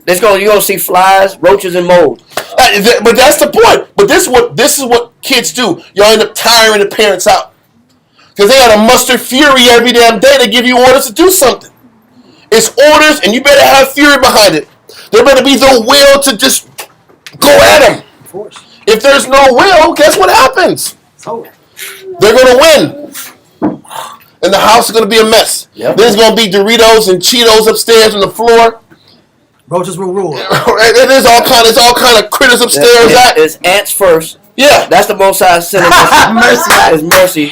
He's sending his army. It's ants first, then it's roaches, then it's rats. If you don't get the message. Oh man! But see, listen, he's paid. All I'm trying to do is explain what our Lord is talking about in Ezekiel. Yeah. All I'm doing is explaining that and explaining that this is what happens. This is how the Most High has to rule over us, with constant threats, with the constant threat that the sky is about to fall. Yep. Tomorrow. If you don't do this, it's over. Yep. If you don't change, it's over. I'm coming to destroy you. That's what he said. This is how I have to deal with you. Because with anything less, you're not going to get the response you need. And that's why the scriptures say a little sleep, a little slumber, a little folding of the hands, and the building decayeth. Because all it takes is a little bit of relaxation, and the next thing you know, the whole house falls apart. And this is why what Josiah did was so favorable in the eyes of the Heavenly Father. The level of work he had to do to set the tone and set the standard of what's going to be accepted and what's not going to be accepted. And we're going to read later on, and with all this work Josiah did, they went and put the high places back up a few years later, right? How about that one? They still did it. So where are we at here? Most has to being the nice guy doesn't get our people to change. It doesn't. You have to rule with a stretched out hand and with fury poured out. I'm giving you orders, and you need to know that if you don't do it when I tell you, there's consequences. And I'm going to go in action. I'm going to spring the action if you don't change. And this is why years later, after the spirit of being, malleable and seeking acceptance how it tears down your own house. Yes. Because when you're in your youth and you're liquid and you're moldable and the spine is missing, and I'm sitting here and I'm being blown around. I'm ultra flexible to the will of other people that are unrighteous. It's okay then, until you get your own household. Until you're ripped, she has her desires, and then your children, they have their desires. And now you're a slave. And that's why, as youth, it's so important to be a man of principle and to be a woman of principle. Because if you're a man of principle at your youth, then you know what? If you're okay with being alone for your principles in your youth, then you'll be able to accept it in your household when your woman don't lock in. You'll have the spine to say, you know what, I'm okay with you leaving. Either you live this right way, or I can live with not having it. Because that's when you start getting it. That's when you start having to start compromising right from wrong. Because you've been compromising right from wrong from youth. Yep. From your high school time all the way up. There has to be a part that says, you know, I'm okay with, listen, then if this isn't how you want to live, I'm okay with moving on. There has to be a part of you that can do that. That takes that stand. You had a hand up, Naga? I was just wondering if you could define principle, if you don't mind. Who? Could you explain? Oh, a man of principle. The principle still goes back to, if my friends, if my associates don't want to live this way, don't want to live the way the Most High wants to live, then there's limits to how close I'm going to let you get to me. There's limits to how friendly we're going to be. I'm not saying if the person wants to serve the Most High, be rude and disrespectful to him. I'm not saying that. I'm just saying, you know, you're not the friend. My sons just say, oh man, my friend. Like, these dudes ain't your friends, man. These are people that you go to school with. Yep. That's what they are. They're people you go to school with. They're people that you know, and you might eat lunch with at school. That's no deeper than that. Friends are people who have the same willingness to serve the Most High as you do, have the same willingness to commit themselves to change as you. They're friends. Everybody else is fair weather. And we have similar interests. Just because we share similar interests don't mean we're friends. We're friends because we have the same spiritual foundation that ties us together. We got the same standard. It's the same thing with the wife. Your woman is your woman because we have the same spiritual values.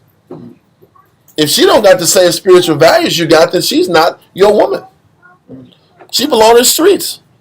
That's facts. She belongs to whoever has the same values that she got. I'm not even trying to clown or be witty. This is the reality of things. The problem is we try to connect and cleave to people that don't have the same spiritual boundaries we got. I'm trying to tell you this. If y'all don't learn this in high school, you're going to learn it in a failed relationship. Or when you sit back here and invest your life in women who don't believe in the same thing you believe in, then you're going to really be upset. Or you're going to go half on an apartment with somebody that you thought was your friend. And they're not going to look at paying rent as important. That's real. They don't pay bills on time. Yeah. They don't know the essence of keeping a clean house. They eat all your food, but don't put no food in the house. Because we friends, right? We boys. We homies, right? They wear your clothes that you bought. Then you realize, wait a minute, man. They don't got this ain't equal. This ain't equal, man. This ain't fair. Then you're able to see that, and when you made a commitment with somebody, but when if you've been trained up, that's why the scripture say, train up a child in the way he shall go, and when he is older, he shall not what? Depart. He shall not depart. If you instill those principles and those values and those ethics at an early age, then when you're not around, they should still be able to hear mama's voice in their head.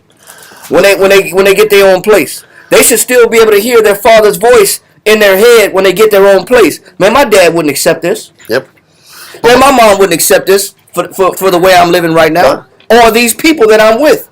This wouldn't be acceptable. I'm telling you, you're saying it right. I'm only going with the female companionship because I'm telling you, we'll sit back here and because we have feelings in the flesh with somebody, we will waste 5, 10, 15 years with somebody that don't believe in the same thing that you don't believe in. And when it don't work, you're dumbfounded. I don't know why this didn't work. Then you're angry at the Most High. Yeah. Well, listen, Scripture says, how can two walk together unless they be what? Agreed. That's with a marriage. That's what friends in high school. And we don't agree with the same spiritual foundation and principles, then what are we doing together? Well, why are we investing all this time and energy into something that is bound to fail because we don't have the same belief system? Because there is a carnal, fleshly attachment and not a spiritual attachment. That's the point. We align ourselves with people of carnal reasons and purposes. And then wonder why the spiritual relationship don't grow. Right. Because the spirit ain't right. And we don't see eye to eye spiritually. And that's why the scriptures say, be not unequally yoked with who? Unbelievers. Unbelievers. You're not supposed to tie yourself in with unbelievers. But it starts in your youth.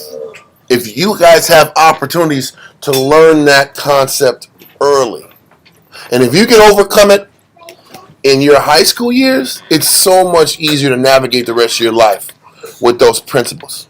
It's easy to stick to what you believe in after that. You can survive high school, bro.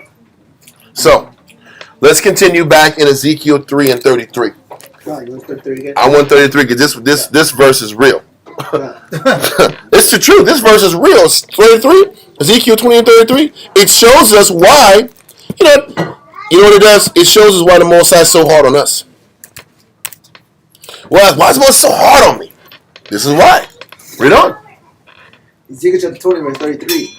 As I live, saith the Most High Power, surely with a mighty hand and with a stretched out arm and with fury poured out, I will rule over you. He's going to rule over us with that constant threat that if you don't obey, you're going to feel this punishment. That's the only way the Most High gets us to change is by constantly dangling over that spirit of urgency on top of us. That feeling of, if I don't change, I'm going to lose. Read on.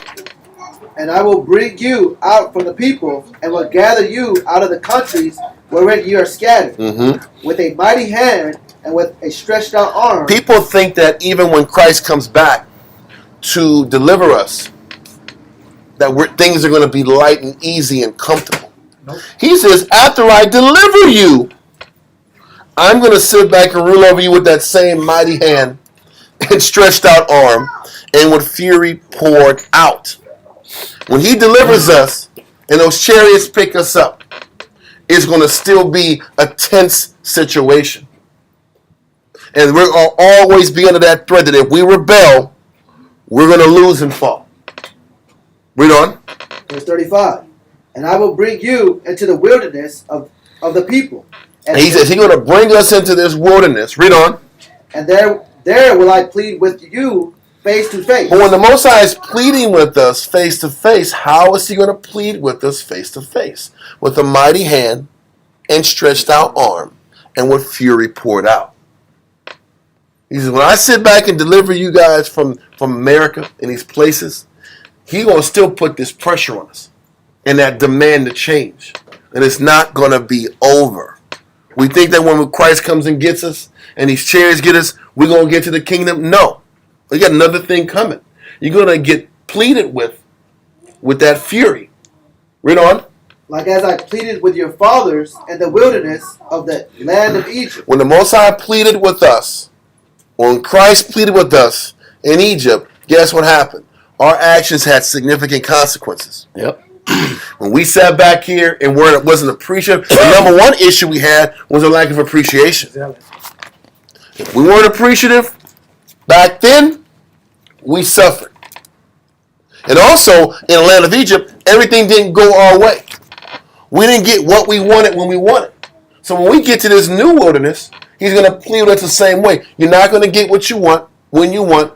You're going to have to wait on the Most High to provide you your needs, Christ to provide you with your needs. And if you buck up and if you're not appreciative, he's going to sit back here and deal with us with that fury. Read on. So will I plead with you, saith the Most High Power. Verse 7. Yep. And I will cause you to pass under the rod. He's going to cause us to pass under that correction. We're going to have to be put in order and cleaned up when Christ comes back. Read on. And I will bring you into the bond of the covenant. And I will purge out from among you. But he says that correction and that fire is the bond of the covenant. It's what you have to go through to be a part of the covenant. Verse 38. Verse 38. And I will purge out from among you the rebels. He's going to purge out the rebels. So in the future times, Christ is going to purge out the rebels. During the time of Josiah, what was Josiah doing? He was purging out the rebels. There has to be fury poured out. There has to be that ever-present feeling that if you are out of order, you're going to feel this punishment. This was the tone that Josiah set. This is the tone Christ is going to set. This was the tone Moses set. This is what it takes to put houses in order. This is what it takes to put families in order, and camps in order, and school in order. This is what it takes. You got to purge out the rebels. You have to purge out the individuals that aren't locked into the vision of the leader where he's taking things. This ain't personal. Read on.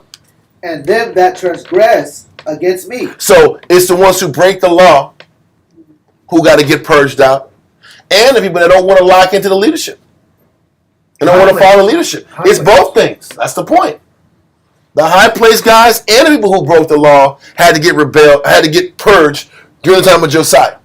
The guys who want to worship their individual way, and the guys who actually broke the laws. Read on. I will bring them forth out of the country wherein they sojourn, and they shall not enter into the land of Israel. They're not going to enter into the kingdom. So what's going to happen in the end times is what Ezekiel 20 is saying. He's going to purge out the rebels. And before we get to Israel, we're going to go to another place and get purged out. I'm not going to name where we think the area is because nobody knows. We're going to get purged out in a separate place, and the rebels are going to get eradicated. And the ones who make it through the purging process, they get to the kingdom. That way, you got to understand this. We got to get purged from this American mentality.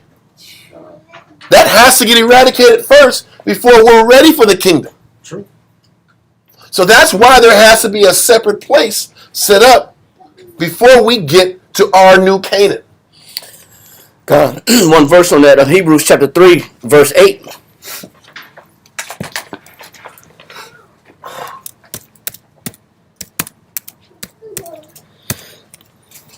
God, Hebrews chapter 3, verse 8. Harden not your hearts as in the provocation. It says, harden not your hearts, as in the day of what? As in the provocation. That day of provocation is when the children of Israel walked in the wilderness. Yep. Why are we talking about the wilderness in the New Testament? If the wilderness happened in the Old Testament and we came out of Egypt with Moses, why are we still talking about the wilderness in the New Testament in the book of Hebrews? And can I say what provocation is?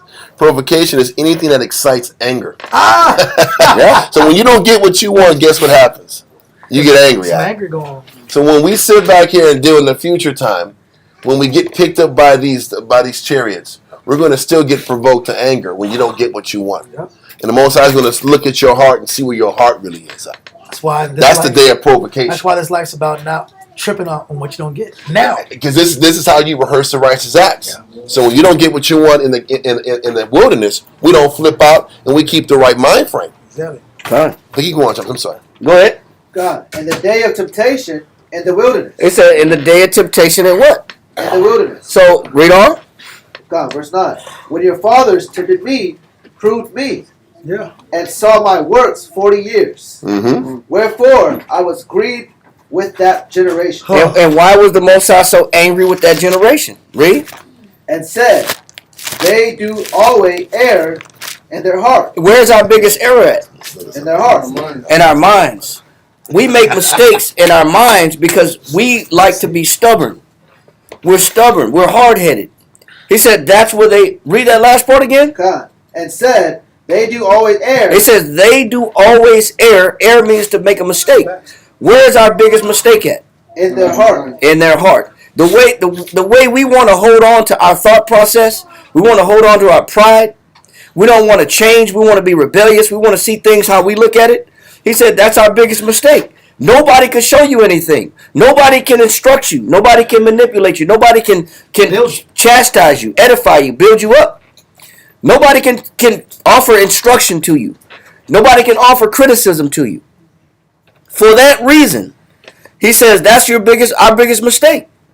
Is the way we hold on to thoughts. I don't want anybody to change the way I think. I'm not willing to let anybody change my feelings. How I look at life and how I look at things. That's our biggest error. Read. and they have not known my ways. And he says we refuse to adopt a new way of looking at things, the way the Most High looks at things. And that's how we duplicate that wilderness situation all over again. Okay. You can let that go. Okay. So let's get back to Ezekiel 20 and 38.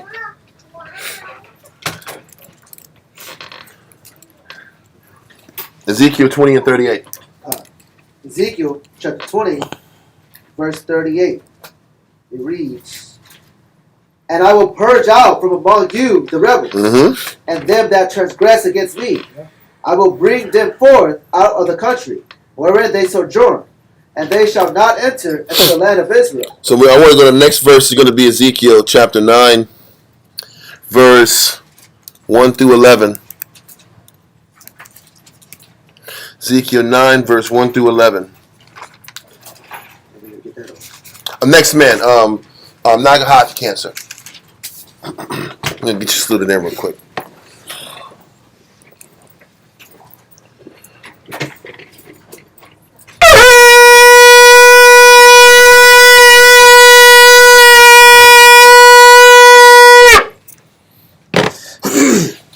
Nagaha, Shah Shabbatah, Ban Shemayawan, Ban Yasha'Allah. Nagaha, Shah Shabbatah, Ban Shemayawan, Ban Yasha'Allah. Munch what? Yahweh Hashem Yahshua Yahweh Shem Yahushua I Brakatham. messed up on that slakia. Okay, Ezekiel 9, verse 1 through 11.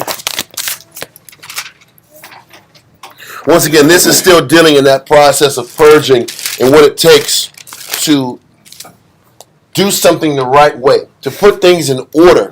You can't just move forward without purging all the negative elements out.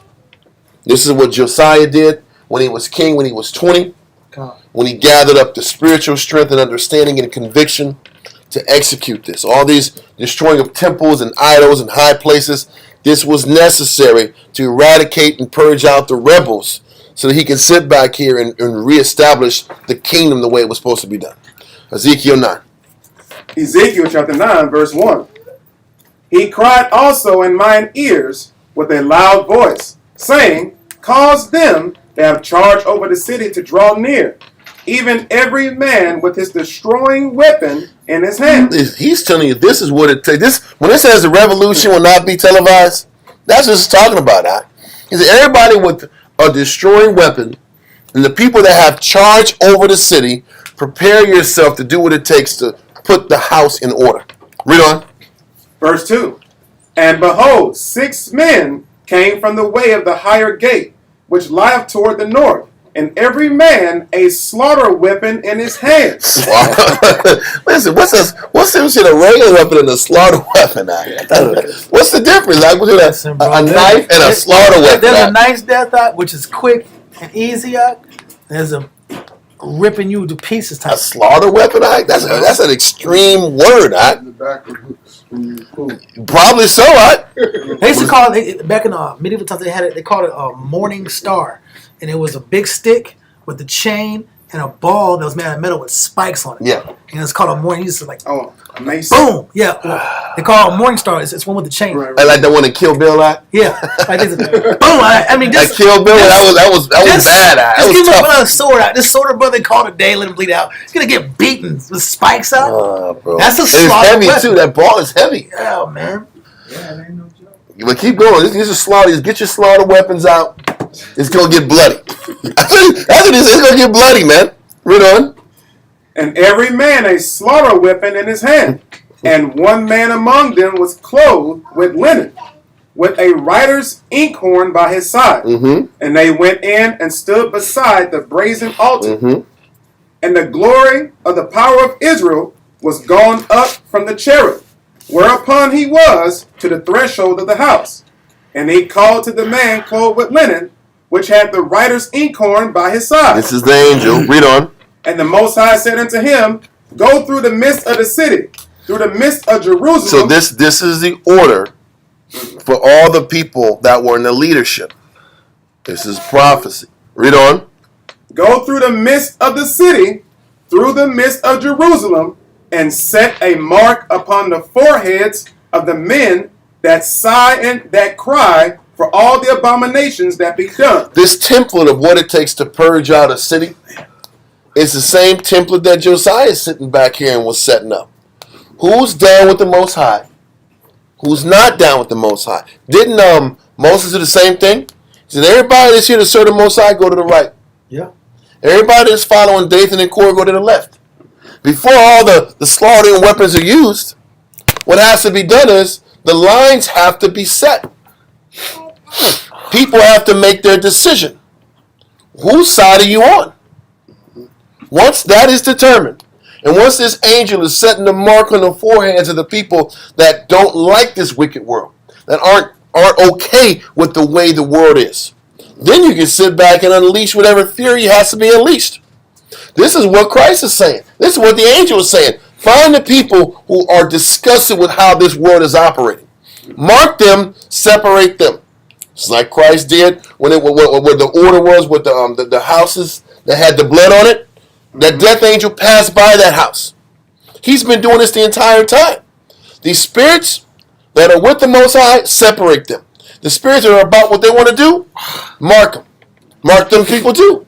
Read on. Set a mark upon the foreheads of the men that sigh and that cry for all the abominations that be done in the midst thereof. And to the others he said in mine hearing, go ye after him through the city, and smite. Let not your eyes spare, neither have ye pity. This is the Bible. This isn't a Warneyer's opinion. He's explaining what revolution is. He's explaining what Josiah did.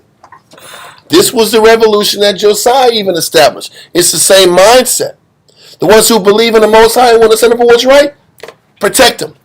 The ones who don't, where's your destroying weapon? Where's your slaughtering weapon? And go at these people and smite. And don't pity your eyes and how bad it looks and how bloody it gets. This is the Bible. This is an opinion. Read on. Verse 6. Slay utterly, and old and young, both maids and little children, and women, but come not near any man upon whom is the mark. If there's any question about what the end times are going to be, this is what it is. It's still the purging process, whether it's Christ at the end, whether it was the time of Moses, whether it was the time of Josiah, the time of Hezekiah, hell, even the time of Manasseh. It was just opposite during the time of Manasseh. Yeah. Manasseh was sitting back here, whoever's righteous, kill him. The wicked, keep him. This is what it takes to purge any rebellion in your kingdom. Read on. It's about influence. This is about breaking the influence and making sure one influence rules the roost. This is what, during the time of Antiochus, the Greeks were doing amongst the Jews. Everybody wants to talk about Antiochus, the bad guy. Don't forget, the Hebrews went to him and said, we have a problem in Jerusalem. More than half of us want to serve you and be Hellenistic, but the other half doesn't want to. That's why Antiochus came and said, you know what then? Let's put them in order. Let's make it one way. Yeah. Let's wipe out the Bible. Let's wipe out the Hebrew way and make it the Greek way. So there's order, so there's peace. You can't have a kingdom last when everybody's at odds and aren't seeing things the same way.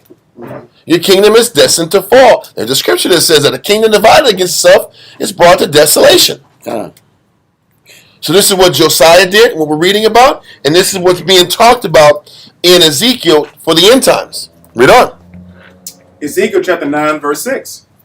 Slay utterly old and young. And this is coming from the Bible, because a lot of times people don't want to accept the fact of the fact that the Most High says that in order to separate, there's got to be bloodshed in order to separate from an unruly, unrighteous civilization. Okay.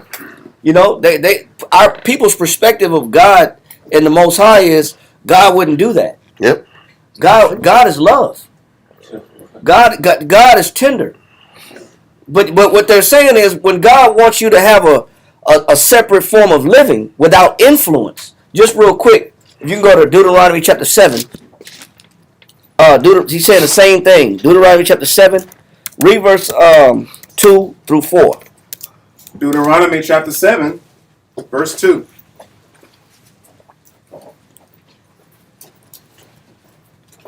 Read that. And when the Most High thy power shall deliver them before thee, thou shalt smite them. So the word smite, can somebody give me the definition of the word smite in the dictionary?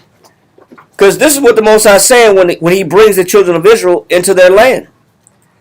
When you bring the children of Israel into the land of Canaan, he said these other nations, he said the instruction of God is you're supposed to smite these other nations. Can somebody get that definition? Who got it? To strike. What does the word smite mean? To strike. What else? To throw, drive, or force against. To strike, to throw, to drive, to force against. What else you got? Number 2 is to kill. What is the second definition of to kill? So when the Most High is telling the children of Israel, he's telling Moses, and he's telling Joshua, when you get into the land of Canaan, I want you to kill these other people. Whose instruction is this coming from? The Most High. Yes, God is love. God is peace. God is merciful. But when it comes to not wanting an unrighteous influence, he doesn't want there to be a commingling of influence and allegiance. And he's going to explain it. Read on. And when the Most High thy power shall deliver them before thee, thou shalt smite them and utterly destroy them. Go ahead. Thou shalt make no covenant with them. Go ahead. Nor show mercy unto them. Read. Neither shalt thou make marriages with them. Read. Thy daughter thou shalt not give unto his son, nor his daughter shalt thou take unto thy son. Why? Why does the Most High is about telling Moses and Joshua to institute this level of violence? Why is that? Read. Verse 4. For they will turn away thy son from following me. He says this is why the Most High is putting a separation between the children of Israel and these other nations. Because these other nations are cannibals. Because these other nations drink blood. Because these other nations worship idols. Because these other nations Have ill practices. That's why he's isolating the children of Israel. I don't want you to adopt the lifestyle Bad habits. and the habits of these other nations. He said because they'll do what? For they will turn away thy son from following me, that they may serve other gods. And what will happen if the children of Israel commingle themselves with other nations? They may serve other gods. Go ahead. So will the anger of the Most High be kindled against you and destroy thee suddenly. So who's going to suffer if we commingle ourselves with other nations and start adopting the lifestyle of the Greeks? Or start adopting the lifestyle of the Romans? Yep. We do. You know, when you look at the island of Lesbos, the island of Lesbos was a Greek party island for the wealthy. It was Epstein Island before Epstein Island having that. Exactly. That's exactly what it was. The island of Lesbos was a party island for the wealthy Greeks. And that's where you get the word lesbian from. Because in the island of Lesbos is where women would go have picnics and enjoy each other. That was a Greek custom. So the Most High said, listen, I don't want my children associating themselves with these other nations because they're going to pick up their lifestyle. Yep. Now you look at our people, half our women are what? Destroyed. Half our women are lesbians. That's the word. They're destroyed. They're destroyed. Because they picked up what? The Greek custom. And so that's why the Most High is saying, listen, I want a separation between my people and them people. Yep. Because there's going to be some cross-contamination. Yep. There's going to be some defilement. Yep. We can see it now, but the Most High has been trying to separate us from other people and their influence. Both in Deuteronomy and you can go back to Ezekiel. Let that go and go back to Ezekiel chapter 9. Because this is that constant fight that we always face. If you want what's best for the people, you have to eradicate the negative influence. How can two walk together unless they be agreed? It's not going to be in harmony. How can the wolf commingle with the sheep? It's not going to work. You have to separate them for the good of the body. So this is what Josiah had to do. And as you're reading in Ezekiel, this purging process is bloody. Yep. It's bloody, but that's what it takes for revolution. For the good of the body, the good of the whole, the negative has to get eradicated. Josiah had to do that. Josiah had to do it. And I'm just explaining how bloody it was. It wasn't just some simple, oh, we're going to break down these altars and break down this and smile and everybody's going to be okay with it. People's lives were being turned upside down. Because that's what it takes to get things done. And most of the time it's with damn Destroying Weapons Act. How do you think this whole thing in America is going to go down? You think Esau's just going to hand it to the Russians? And hand it to the Nations Act? They're not doing it now. You're going down with the ship. Because that's what it's going to take. Anyway, let's continue. Ezekiel chapter 9, verse 6. Slay utterly old and young, both maids and little children and women. But come not near any man upon whom is the mark. If that mark is on them, who was chosen because they sighed and cried against the abomination, don't touch them. Read on. And begin at my sanctuary. And begin at the place where the teaching is started, with the priest. What's crazy is what we're reading about Josiah, all the good he did, what ended up happening is the negative people just went dormant. The crazy thing is, Ezekiel 9 is dealing with the hearts of the men. Ezekiel 9 is dealing in the end times with the true intentions of the heart of the people around him. Josiah couldn't do that. Josiah couldn't determine where your heart was. Because we're going to read in Jeremiah down the line that Jeremiah said, the Most High revealed to me that you guys are still secretly serving Baal. This is what Jeremiah is saying. So with all this purging that Josiah did and breaking down altars and killing the outwardly rebellious people, there were still large numbers of inwardly rebellious people that Josiah couldn't tell was really against the movement he was doing. And that is the fallibility of man. You can't determine where a person's heart is at. You can only sit back here and take out the people that are physically against what you're trying to do. So we're going to go into that later about how there was this underbelly of priests and leaders who just weren't down. Yeah. But just say, yes, my Lord. But listen, after the party, there's an after party at the bottom. We're going to go here, we're going to do this bail thing. Nobody has to know. Meet me in the cave. Nobody's going to know. You know what I'm saying? Meet me at the London Eye. This is getting down now. Meet me at the London, we're serving bail. Yeah. Okay? There's hors d'oeuvres for everyone. Like, we're bringing them deviled eggs. They are being brought. We will be snacking. Snacking and serving. Point is, you get my point though. This is what was happening with Josiah as he was purging the nation. Yeah. We're going to explain that in more detail probably next week. But in Ezekiel 9, he's showing you what it's going to take to purge the nation from the inside out. And there's got to be a lot of death. And you can't do things because someone forces their will upon you. Yeah. If you have to serve the Most High because someone's forcing you to, that means there will eventually be an insurrection. Exactly. There will eventually be an insurrection, and the tides will turn. Exactly. The problem, Israel could never, as a whole, just be unified for any stretch of the imagination. Everybody pushed their alternative motives out.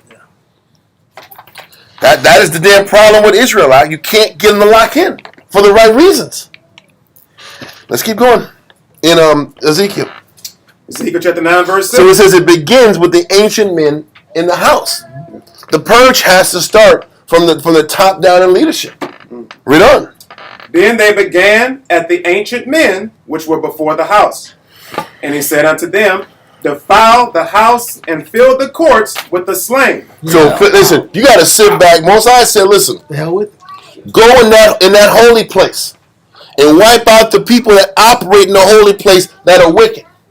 In the temple, in the actual building, wipe them out first, who ain't down with me. And then the courts is everybody on the outside of the temple that does the service of the work, just not to the degree of the high priest. The high priests were inside the temple. The regular priests were in the court of the temple. He just killed all of these priests that ain't down with me. Then we work our way, after we use these slaying weapons, to wipe them out in the temple too. I'd rather it be bloody than you be in my house and be negative. He was and be praying, wicked. bro. Let it be blood. That's not the worst thing that can happen. Having a negative person in the temple is worse than having it bloody. Read verse 7 again. Verse 7. And he said unto them, defile the house, and fill the courts with the slain. Go ye forth. And they went forth and slew in the city. Then the city goes down. But it starts with the top. Read on. Verse 8. And it came to pass, while they were slaying them, and I was left, that I fell upon my face, and cried, and said, Ah, Lord power, wilt thou destroy all the residue of Israel in thy pouring out of thy fury upon Jerusalem? Think about this. Ezekiel was like, it had to be so much killing. It had to be so much killing that Ezekiel was like, is there anybody going to be left? This is what Ezekiel is saying. Like, is there going to be anybody left to serve you? It's showing you the ratio of how many people are going to be dying in this purge. The ratio is going to be all flipped upside down. I think you don't want to pull in Matthew about that straight gate. Yeah. And wide is the path of destruction. Yeah. And when this purge comes, there's going to be way more people dying than making it. That's why I want to pull up 2 Ezra 9:22. If we can get there. If we can get there. If we can get there. Yes. Yeah, I'll get there. But it's just, listen, this is Ezekiel. Like, man, is there going to be enough people left, Doc, after this purge goes to even do your job? But if Christ, like, listen, this is what it's going to take to start afresh. The ratio is going to be all thrown off. Because a lot of us don't want to serve. Most of us don't want to serve. But keep going. This is scary. This is scary. When I read this stuff, this is scary. Let's keep going. Ezekiel chapter 9, verse 9. Then said he unto me, the iniquity of the house of Israel and Judah is exceeding great. So because the iniquity is exceeding great, the death count has to be exceeding great. Read on. And the land is full of blood. But see, the land is full of blood before the killing started. How about that? The iniquity was high. Most High said in Nahum wanted a bloody city. We know that's outside of America, but that before the bloody city was America, the bloody city was Israel, Jerusalem. That was committing all the heinous acts against our people. He said, man, the iniquity and the blood is so high, I got to take these people out. Read on. And the city full of perverseness. That's why it says the land is full of blood and the city is full of perverseness. The wickedness and the blood, the shedding of innocent blood was so high that the death toll had to be high in response to the wickedness that was done before the bloodshed came. Read on. And the city full of perverseness. For they say the Most High have forsaken the earth, and the Most High seeth not. So this is what he says, because sentence is not executed speedily on the wicked, then it gives the people the thought, I can keep doing wicked. Because the wickedness was so high that the thought was, man, the Most High ain't even watching it. Don't you think that's happening now? Yeah. There's a lot of our people say the Most High is not real. Because why would he let so many people fall by the wayside now? Why would he make so many millions of people sit back here and suffer with hunger and starvation and cartel attacks? Listen, you think it's cool to be in Mexico and be a cartel slave? The only options you have are extreme poverty or you're a cartel slave. What's that? It's the same thing in Haiti. That's my point. That life is miserable. You're going to be cutting people in half and getting chopped up? Or you're going to sit back here and be a beggar for the rest of your life? So when people see that, it's like, man, is the Most High even real? Is the Most High fair? Doesn't he see all this stuff happening? This is what was being said in Jerusalem at the time. Like, damn. The Lord, it says, for they say, the Lord hath forsaken the earth, and the Lord seeth not. We're saying the same thing now. Is the Most High seeing what's happening to our people? And why is he going to do anything about it? He says, this is why the bloodshed has to be so high. This is why the bloodshed in Israel had to be so high in Deuteronomy. I mean, when the Babylonian Empire came. The blood total had to be high because of all the wickedness going on. When America falls, the bloodshed is going to have to be high because of all the wickedness that this country has perpetrated on us for hundreds of years. Not hundreds, not thousands, hundreds of years. Same reason. Because then people are like, damn, Esau can just get away with this shit and it's okay? What's going on here? Anyway, continue.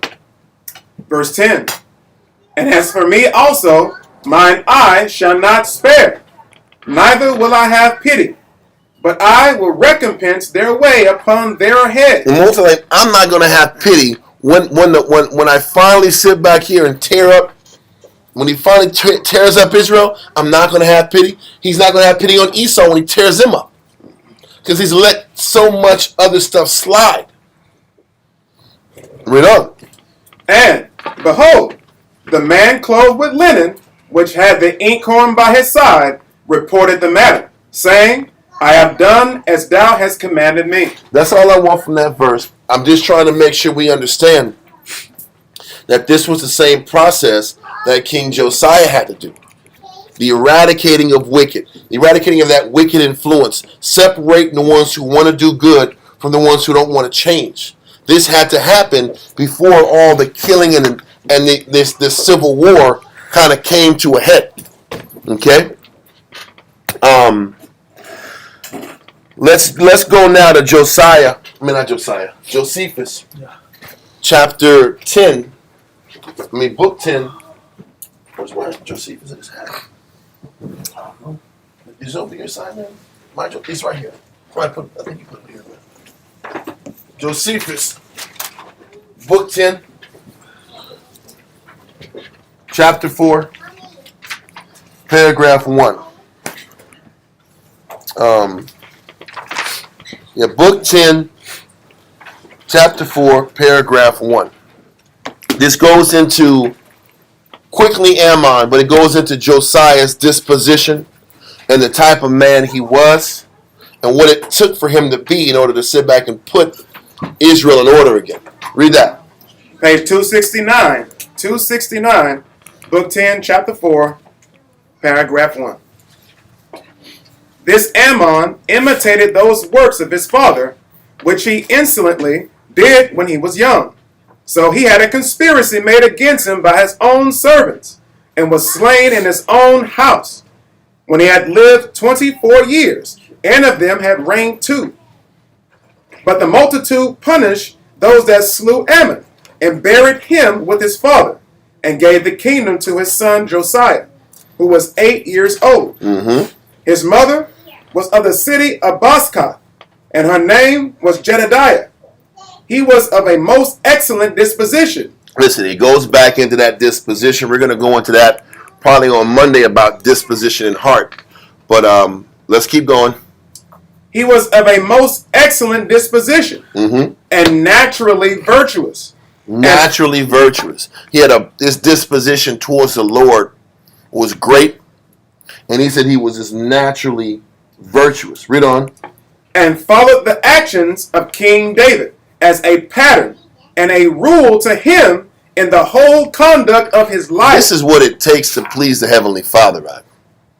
What we're reading about with these men, the Most High, there's a lot of bad examples of what not to do, but the Most High has given us enough good examples of how to pattern our life if we want to grow, if we want to get close to the Most High. He says, listen, man, he said, read from the top, he was of an excellent disposition. That whole thing is something that we should all read and write for ourselves, man.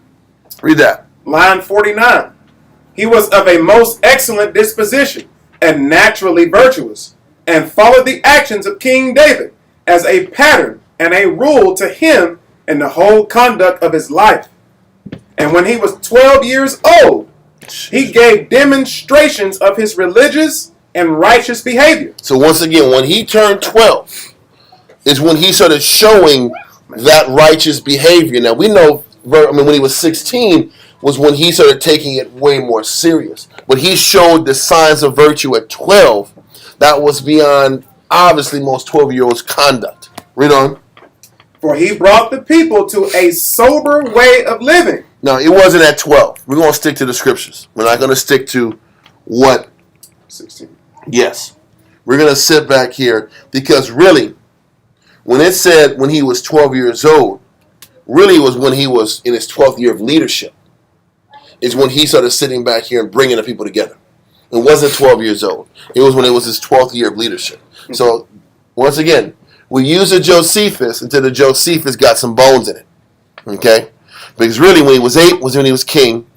When he was in 8 more years, when he started reading and learning and patterning his life after David at 16. And then when he was 20, meaning 12 years into his kingdom, is when he started trying to bring everybody together. But like we explained in Ezekiel 9 and Ezekiel 20, you can't bring everybody together until you first purge out the negative elements. That is bringing everybody together. Everybody that's not with the vision that Josiah had, they had to get eradicated. Then now we're all locked in. That was the point. So, read on. For he brought the people to a sober way of living, and exhorted them to leave off the opinion they had of their idols, because they were not gods, but to worship their own power. So he obviously was in the mindset of convincing the people to switch to the Most High first before the slaughter weapons came in. Right? He was sitting back here and trying to show people the right way before the consequences of not following the right way was implemented. Read on. But to worship their own God, and by reflecting on the actions of his progenitors, he prudently corrected what they did wrong. So once again, he prudently taught before the fire came. Because that's what you're supposed to do. You have to reteach, reset the people. Then if they choose not to follow, then there's consequences. Read on. He prudently corrected what they did wrong, like a very elderly man, and like one abundantly able to understand what was fit to be done. And what he found they had well done. He observed all the country over and imitated the same. He observed all the country over. That means he went from the northern kingdom to the southern kingdom, implementing this approach. Establishing, it's almost like this. When you have a bunch of messes, you have to establish the structure, establish the vision, and then execute it. He made sure everybody from the north and south understood that the times were changing. He wasn't like his father or his grandfather. The life was going to be about serving the Most High and following the laws. And he calmly explained and taught what was the value, what was the way the Most High wanted us to operate. Read on. Line 51.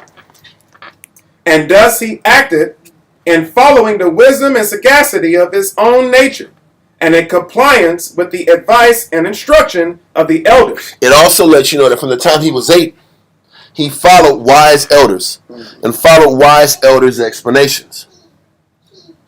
And the crazy thing is, he applied for that, but his mindset was that from the time he was groomed to do things the right way, and he didn't rebel. He didn't go opposite of the direction of what his elders taught him. I'm going to tell you this for young guys. Listen, I know y'all think y'all know everything at 16 and 15, but you don't. It's important to follow the instructions of your parents, your mother, young ladies, everything. Listen to your teachers. Listen to your parents. They're going to guide you right, especially if they're following the Most High and reading these scriptures. I know it might not sound fun, but it's so important to listen.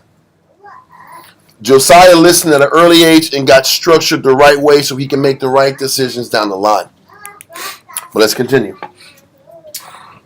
For by following the laws, it was that he succeeded so well in the order of his government and in piety with regard to the divine worship. And this happened because the transgressions of the former kings were seen no more. So once again, he's saying that he was able to sit back here and structure the new kingdom because the people didn't see the bad examples from the top. A lot of times, if you want to sit back and reestablish your household, if you want to reestablish your family, then it's super important that you do what you got to do to be a perfect example, and then demand what you have to demand with the body. So his example was flawless. His example coincided with the message he was bringing to the table. Read on. Because the transgressions of the former kings were seen no more, but quite vanished away. For the king went about the city and the whole country, and cut down the groves, which were devoted to strange gods, and overthrew their altars. And if there were any gifts dedicated to them by his forefathers, he made them ignominious, and plucked them down. And by this means he brought the people back from their opinion about them to the worship of God. Listen, he brought the salvageable ones from their opinion of the idols to worshiping the Most High by his example and his actions that he had behind his example. It makes it easier for people to sit back here and embrace the Most High when you eliminate your weakness and you eliminate all the negative influences around you. So it's not a one-sided conversation, a one-sided directive. Yes, he changed, and the ones who weren't about serving the Most High, they were punished. So now what you do is you make it easier. Listen, you got to think about this. You have certain people that are strong in what they believe. Then you have people that don't want to believe. But then you got the rest of the people that are going to kind of flow with who's the stronger like influence. So what he's doing is his decisions and his example was able to pull the ones in the middle to the right side. When he was able to eradicate this stubborn wickedness of the people and provide one path for the people to follow. Without any opportunities to go Negative right impediments. hand Exactly. It's important in our position. We can't make somebody change. But what we can do is eliminate as many negative influences around your children as you possibly can. You can do that. You can't make a person change, but you can make it to where what they see is a good example from you. If you want your children and people around you to follow you, you be a good example and you eliminate any bad examples that's in their face on a daily basis. That's how you fight to save their life. That's how you fight to save their spirit. And that's what Josiah did for his people. Read on. And by this means he brought the people back from their opinion about them to the worship of God. He also offered his accustomed sacrifices and burnt offerings upon the altar. So on top of the destroying of the idol altars, he sat back here and reestablished the offerings in the temple. And later on, you're going to read about how he sat back here and reestablished the finances and saving the money up to rebuild the temple and to fix the temple after it's worn down over hundreds of years of neglect. Okay? Read on. Moreover, he ordained certain judges and overseers that they might order the matters to them severally belonging and have regard to justice above all things. So he says, then he had to make sure that the captains that he had over cities and jurisdictions had the same belief system that he had. And once he knew that these certain judges would judge things the right way, he empowered them to go to the smaller cities and jurisdictions and counties, so to speak, and deal with the matters of the people in these different counties. Read on. And have regard to justice above all things, and distribute it with the same concern they would have about their own soul. Because with most people like this, they get corrupted by bribery. They get corrupted by just finances and money to make them turn a blind eye to judgment. He said they had to sit back here. A good judge counsels other people's matters as if they're judging their own matters. That's a good judge. That means you know a person is sincere in their judging of you when they're judging you the same way they run their own house. They're telling you how to put your house together like they're putting their own house together. You know a person is sitting back here and is full of crap when their house runs completely opposite of the direction that they're giving you. You don't need to follow their counsel. And these are the facts. But a lot of people do that to sit back and placate people. But let's continue. Line 54. He also sent over all the country and desired such as pleased to bring gold and silver for the repairs of the temple, according to everyone's inclinations and abilities. And that's the next phase. You can't even propose the nation to clean up the temple and raise their hard-earned money and come out of their pocket to rebuild the temple if you haven't eradicated the gainsayers. You got to remove the gainsayers. You got to remove the negative people. You have to remove the people that are against putting all their energy in the temple. Why do you think the Most High put it in Josiah to eliminate the high places?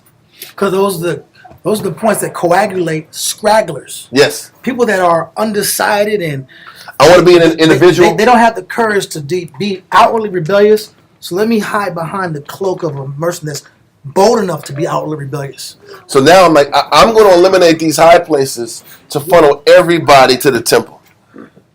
And if you want to do your high place, then you're going to have to die. Yeah.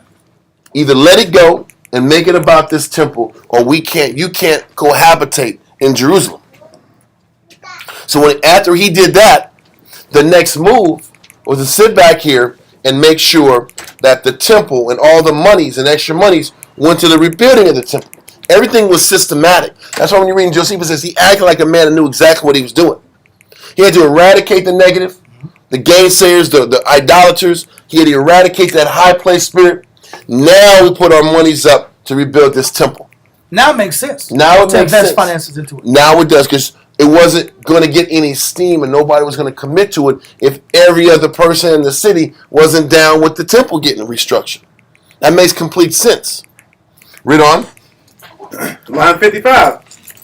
And when the money was brought in, he made one Maaseiah, the governor of the city, and Shaphan the scribe, and Joah the recorder, and Eliakim the high priest, curators of the temple. So he sat back here and handpicked these men for these responsibilities.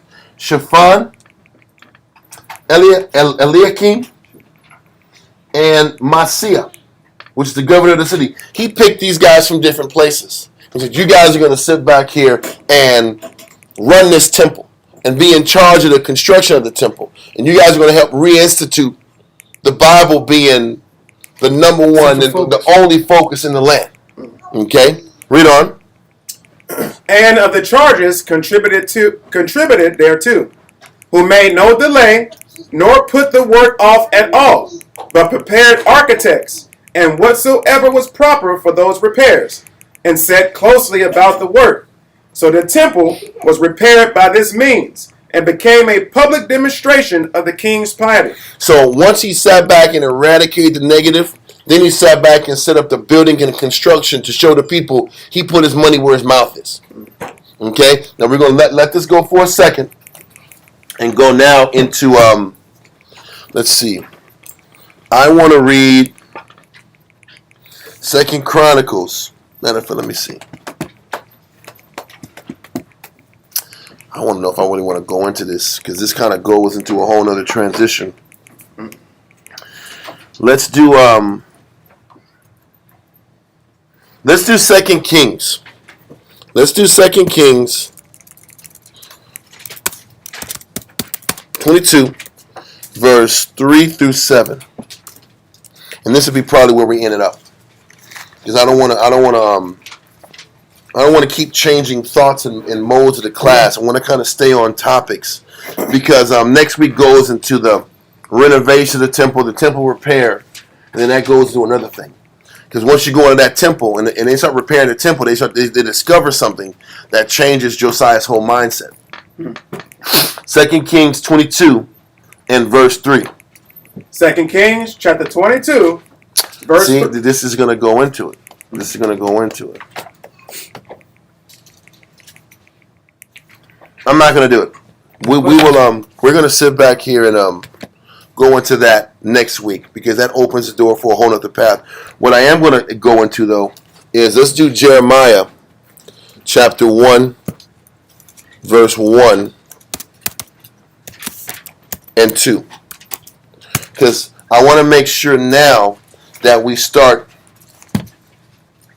establishing the pattern of Jeremiah and Jeremiah and Josiah were operating at around the same time. So let's go Jeremiah 1 and 1 and verse 2. Jeremiah chapter 1, verse 1. The words of Jeremiah, the son of Hilkiah. Hilkiah, that's the one that Josiah commissioned to be the high priest under Josiah. Okay, so Josiah commissioned Hilkiah to be the high priest, but Hilkiah's son was Jeremiah. Okay. Okay, read on. The words of Jeremiah, the son of Hilkiah, of the priests that were in Anathoth, in the land of Benjamin. So Josiah chose Hilkiah of the jurisdiction of Benjamin to be the high priest in Jerusalem. Okay, read on. To whom the word of the Most High came in the days of Josiah, the son of Ammon, king of Judah. So what he's saying is Jeremiah was called to serve the Most High during the time that Josiah was king. Read on. In the 13th year of his reign. So when Josiah was 21, Jeremiah was called at 20 to teach the word. Jeremiah was called at 20 to teach. You'll read that down the line where he says, I'm just a child. He was just 20 years old when he was called. Josiah was 21 when Jeremiah was called to be that leader. Okay? It's just something for us to be conscious of as we continue. So when we're reading in the book of Jeremiah, you start, matter of fact, read verse 3. Verse 3.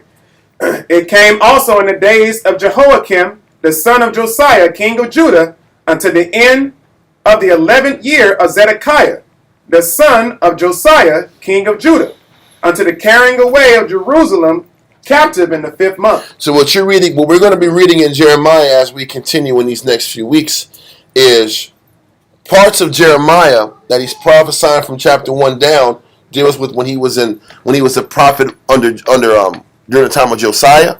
Some of it is, and the rest of it is when Josiah's sons were in power. But he was prophesying from the time of Josiah reestablishing the temple all the way to the temple falling in 586 BC. Okay, it just kind of gives you a timeline of when Jeremiah was actually out here in the thick of it, making it happen. I want to leave it at. I think I want to leave it at that because the rest of it, I want to focus and take my time on it.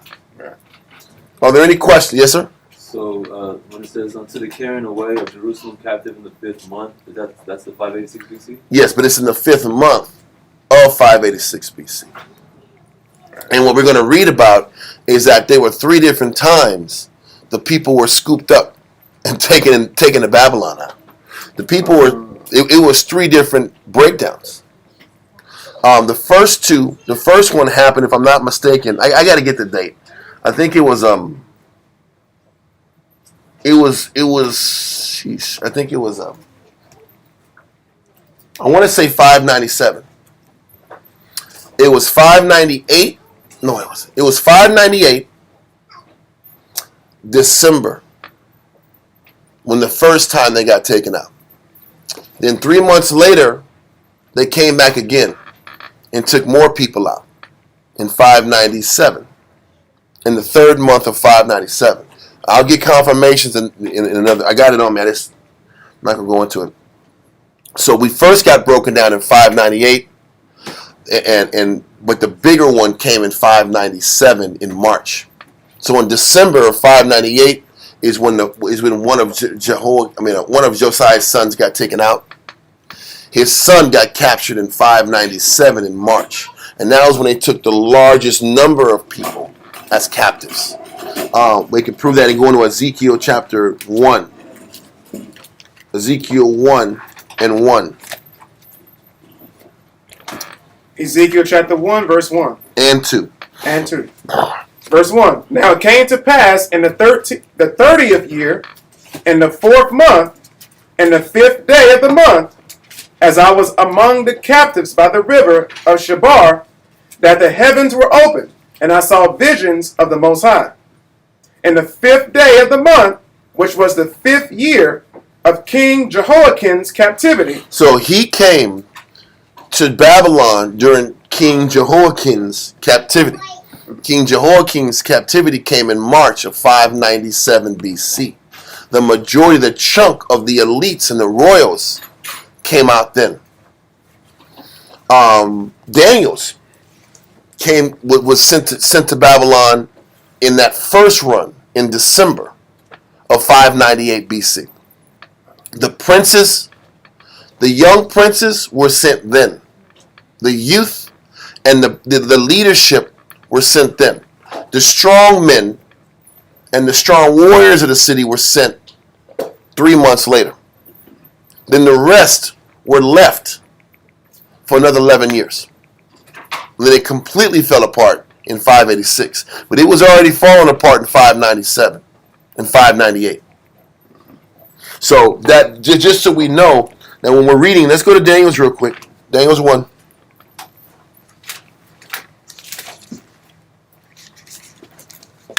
Now, Ezekiel said that he was in the captivity of Jehoiakim with a Chin, right? Read Daniel's 1 and 1. Daniel chapter 1 verse 1. In the 3rd year of the reign of Jehoiakim, king of Judah, came Nebuchadnezzar, king of Babylon, unto Jerusalem, and besieged it. Mm-hmm. And the Lord gave Jehoiakim, king of Judah, into his hand, with part of the vessels of the house of the Most High, which he carried into the land of Shinar, to the house of his God. And he brought the vessels into the treasure house of his God. So, the gold and a lot of the treasure of the temple eventually was sent the first go around under King Jehoiakim. Jehoiakim was the first king that fell.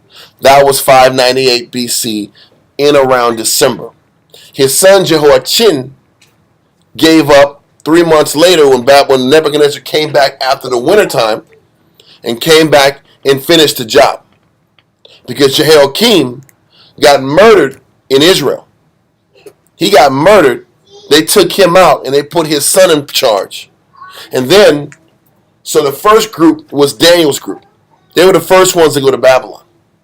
But then Nebuchadnezzar thought about it and said, man, Jehoiakim ain't going to lock in. I just killed his father. I'm going to take him out when the cold season ends. They came back. They took out Jehoiakim and brought him back to Babylon with the next larger portion of people that were the strong of the city that could actually make it a fight if they came back and besieged it. So now once Jehoiachin got taken out, then they brought Jehoiachin's uncle, which was the last son of Josiah that was still of the seed of David and Josiah. Then that was Zedekiah, and he was the one that was in power at the absolute fall in 586 BC. So this is what happened, but Daniel was part of the first generation. Daniel, Meshach, Shadrach, and Abednego, they were the first group, the young princes. Then you had Ezekiel, which was other kingly, princely people, but mostly the strong of the city. Then you had the poor and the broke and the regular people, degular people that were still left in Jerusalem at the end. But really, the heart and the strength of Jerusalem fell in 597 BC. The core, the potency of it. It's credited in 586 because in 586 the city was burned down and destroyed. But the heart of it was broken in 597. But anyway, we will go into that down the line. Next week when we go into Josiah, we're going to go into the fact that they went into the renovations of the temple and they found this book that hadn't been read in centuries. And then Josiah has it read to him, and then he takes the reform of Israel to another level once he reads these scriptures. So, any questions? All right, we're going to shut it down. We're going to send these prayers up and go from there. Imagine Wapunya, Yerushalayim, rise and face Jerusalem.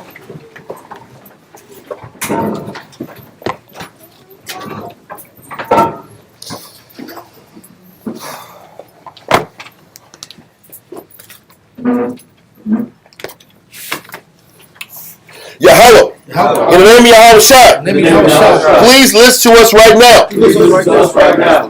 Send Mike Allah and the righteous angels to watch over, bless, heal, protect, and make strong the people of Yahshua.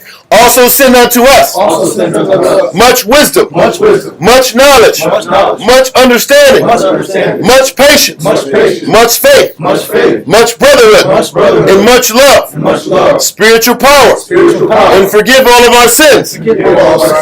Yahweh shall come quickly, for in thee is our hope, always and forever. Amen.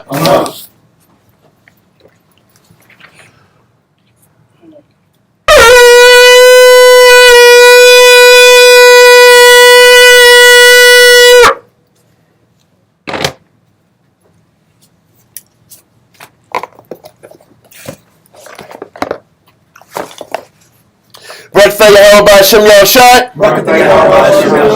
Hahawa. Nothing to know. Hathawara. Okay. Bless you, Yahweh, in the name of Yahweh Shai that gives us the Slow down. law. Say it again. Bless you, Yahweh, in the name of Yahweh Shai that gives us the law. Rakatha Yahweh Ba'Shem Yahushai. Rakatha Yahweh Ba'Shem Yahushai. Hahawa. Nothing to know. Award. Lava. Bless you, Yahweh, in the name of Yahweh Shai that gives us the light to see. Rakatha Yahweh Ba'Shem Yahushai. Rakatha Yahweh Ba'Shem Yahushai. Hahawa. Nothing to know. Ha'ayo. Kwara. Ha'aim. Blessed are you, Yahweh, in the name of Yahweh Shai that gives us the ram's horn to call the people. Rakatha Yahweh Ba'Shem Yahushai. Rakatha Yahweh Ba'Shem Yahushai. Hahawa. Nothing to know. Shimon. Zayah. Ramashach. Yashuala. Blessed are you, Yahweh, in the name of Yahweh Shai that gives us the olive oil to anoint Israel. Psalms 92.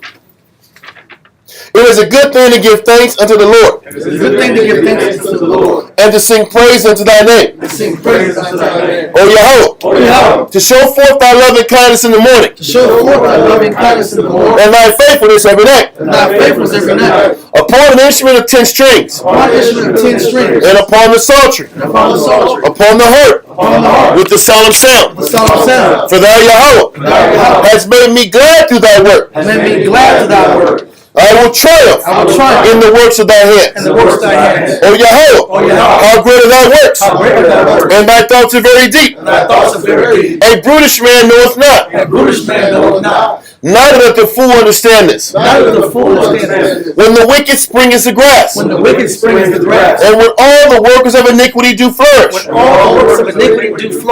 it is that they shall be destroyed forever. But thou Yahweh art most high forevermore. For lo thy enemies, O Yahweh, for lo thy enemies shall perish. All the workers of iniquity shall be scattered. But my horn shalt thou exalt, like the horn of a unicorn. I shall be anointed with fresh oil. Mine eye also shall see. My desire on my enemies, and my ear shall hear. My desire of the wicked that rise up against me. The righteous shall flourish like the palm tree. He shall grow like a cedar in Lebanon. Those that be planted in the house of the Lord shall flourish in the courts of our power. They shall still bring forth fruit in old age. They shall be fat and flourishing. To show that the Lord is upright. He is my rock. And there is no unrighteousness in him. Ba'Shem Yahushai. Psalms 133. Shayar, Hama'ayawa, Raduad, Hana, Ma, Tawad, Wama, Na'ayam, Shabbat, Akim, Gum, Yachad, Kashamad, Hatawad, Ayo, Hara'ash, Yerad, Ayo, Hasaquad, Zaquad, Aharan, Shayarad, Ayo, Hayah, Manawaf Yua, Katal, Karamwan, Shayarad, Ayo, Haroya, Tazayawad, Kaya, Sham, Tazawa, Yehovah, Habaraka, Hayayam, Ba'Shem Yahushai. Behold, how good and how pleasant it is for brethren to dwell together in unity. It is like the precious ointment upon the head that ran down upon the beard, even Aaron's beard that went down to the skirts of his garments, as the dew of Hermon, and as the dew that descended upon the mountains of Zion. For there the Lord commanded the blessing, even life forevermore. Amen. Yahweh Ba'Shem Yahushai. Yahweh Ba'Shem Yahushai. Wachno. Washwali. Wabiat. Support. Turn. Yahweh Ba'Shem Yahushai. Wachno. Washwali. Wabiat. Support. Turn. Yahweh, Ba'Shem, Yo Shot, walking out, Watch running, point. Turn. Yahweh, Ba'Shem, Yo Shot, walking out, Watch running, point. Turn. Birthday Yahweh, birthday Yahweh Shot, birthday Yahweh, birthday Yahweh Shot, all knowledge, all wisdom, all understanding, all mercy, all love, all power is from Yahweh. All power is from Yahweh. All power is from Yahweh. Ba'Shem, Yahweh Shot, the water, Miyat, Aman. Circle up. Let's do it though.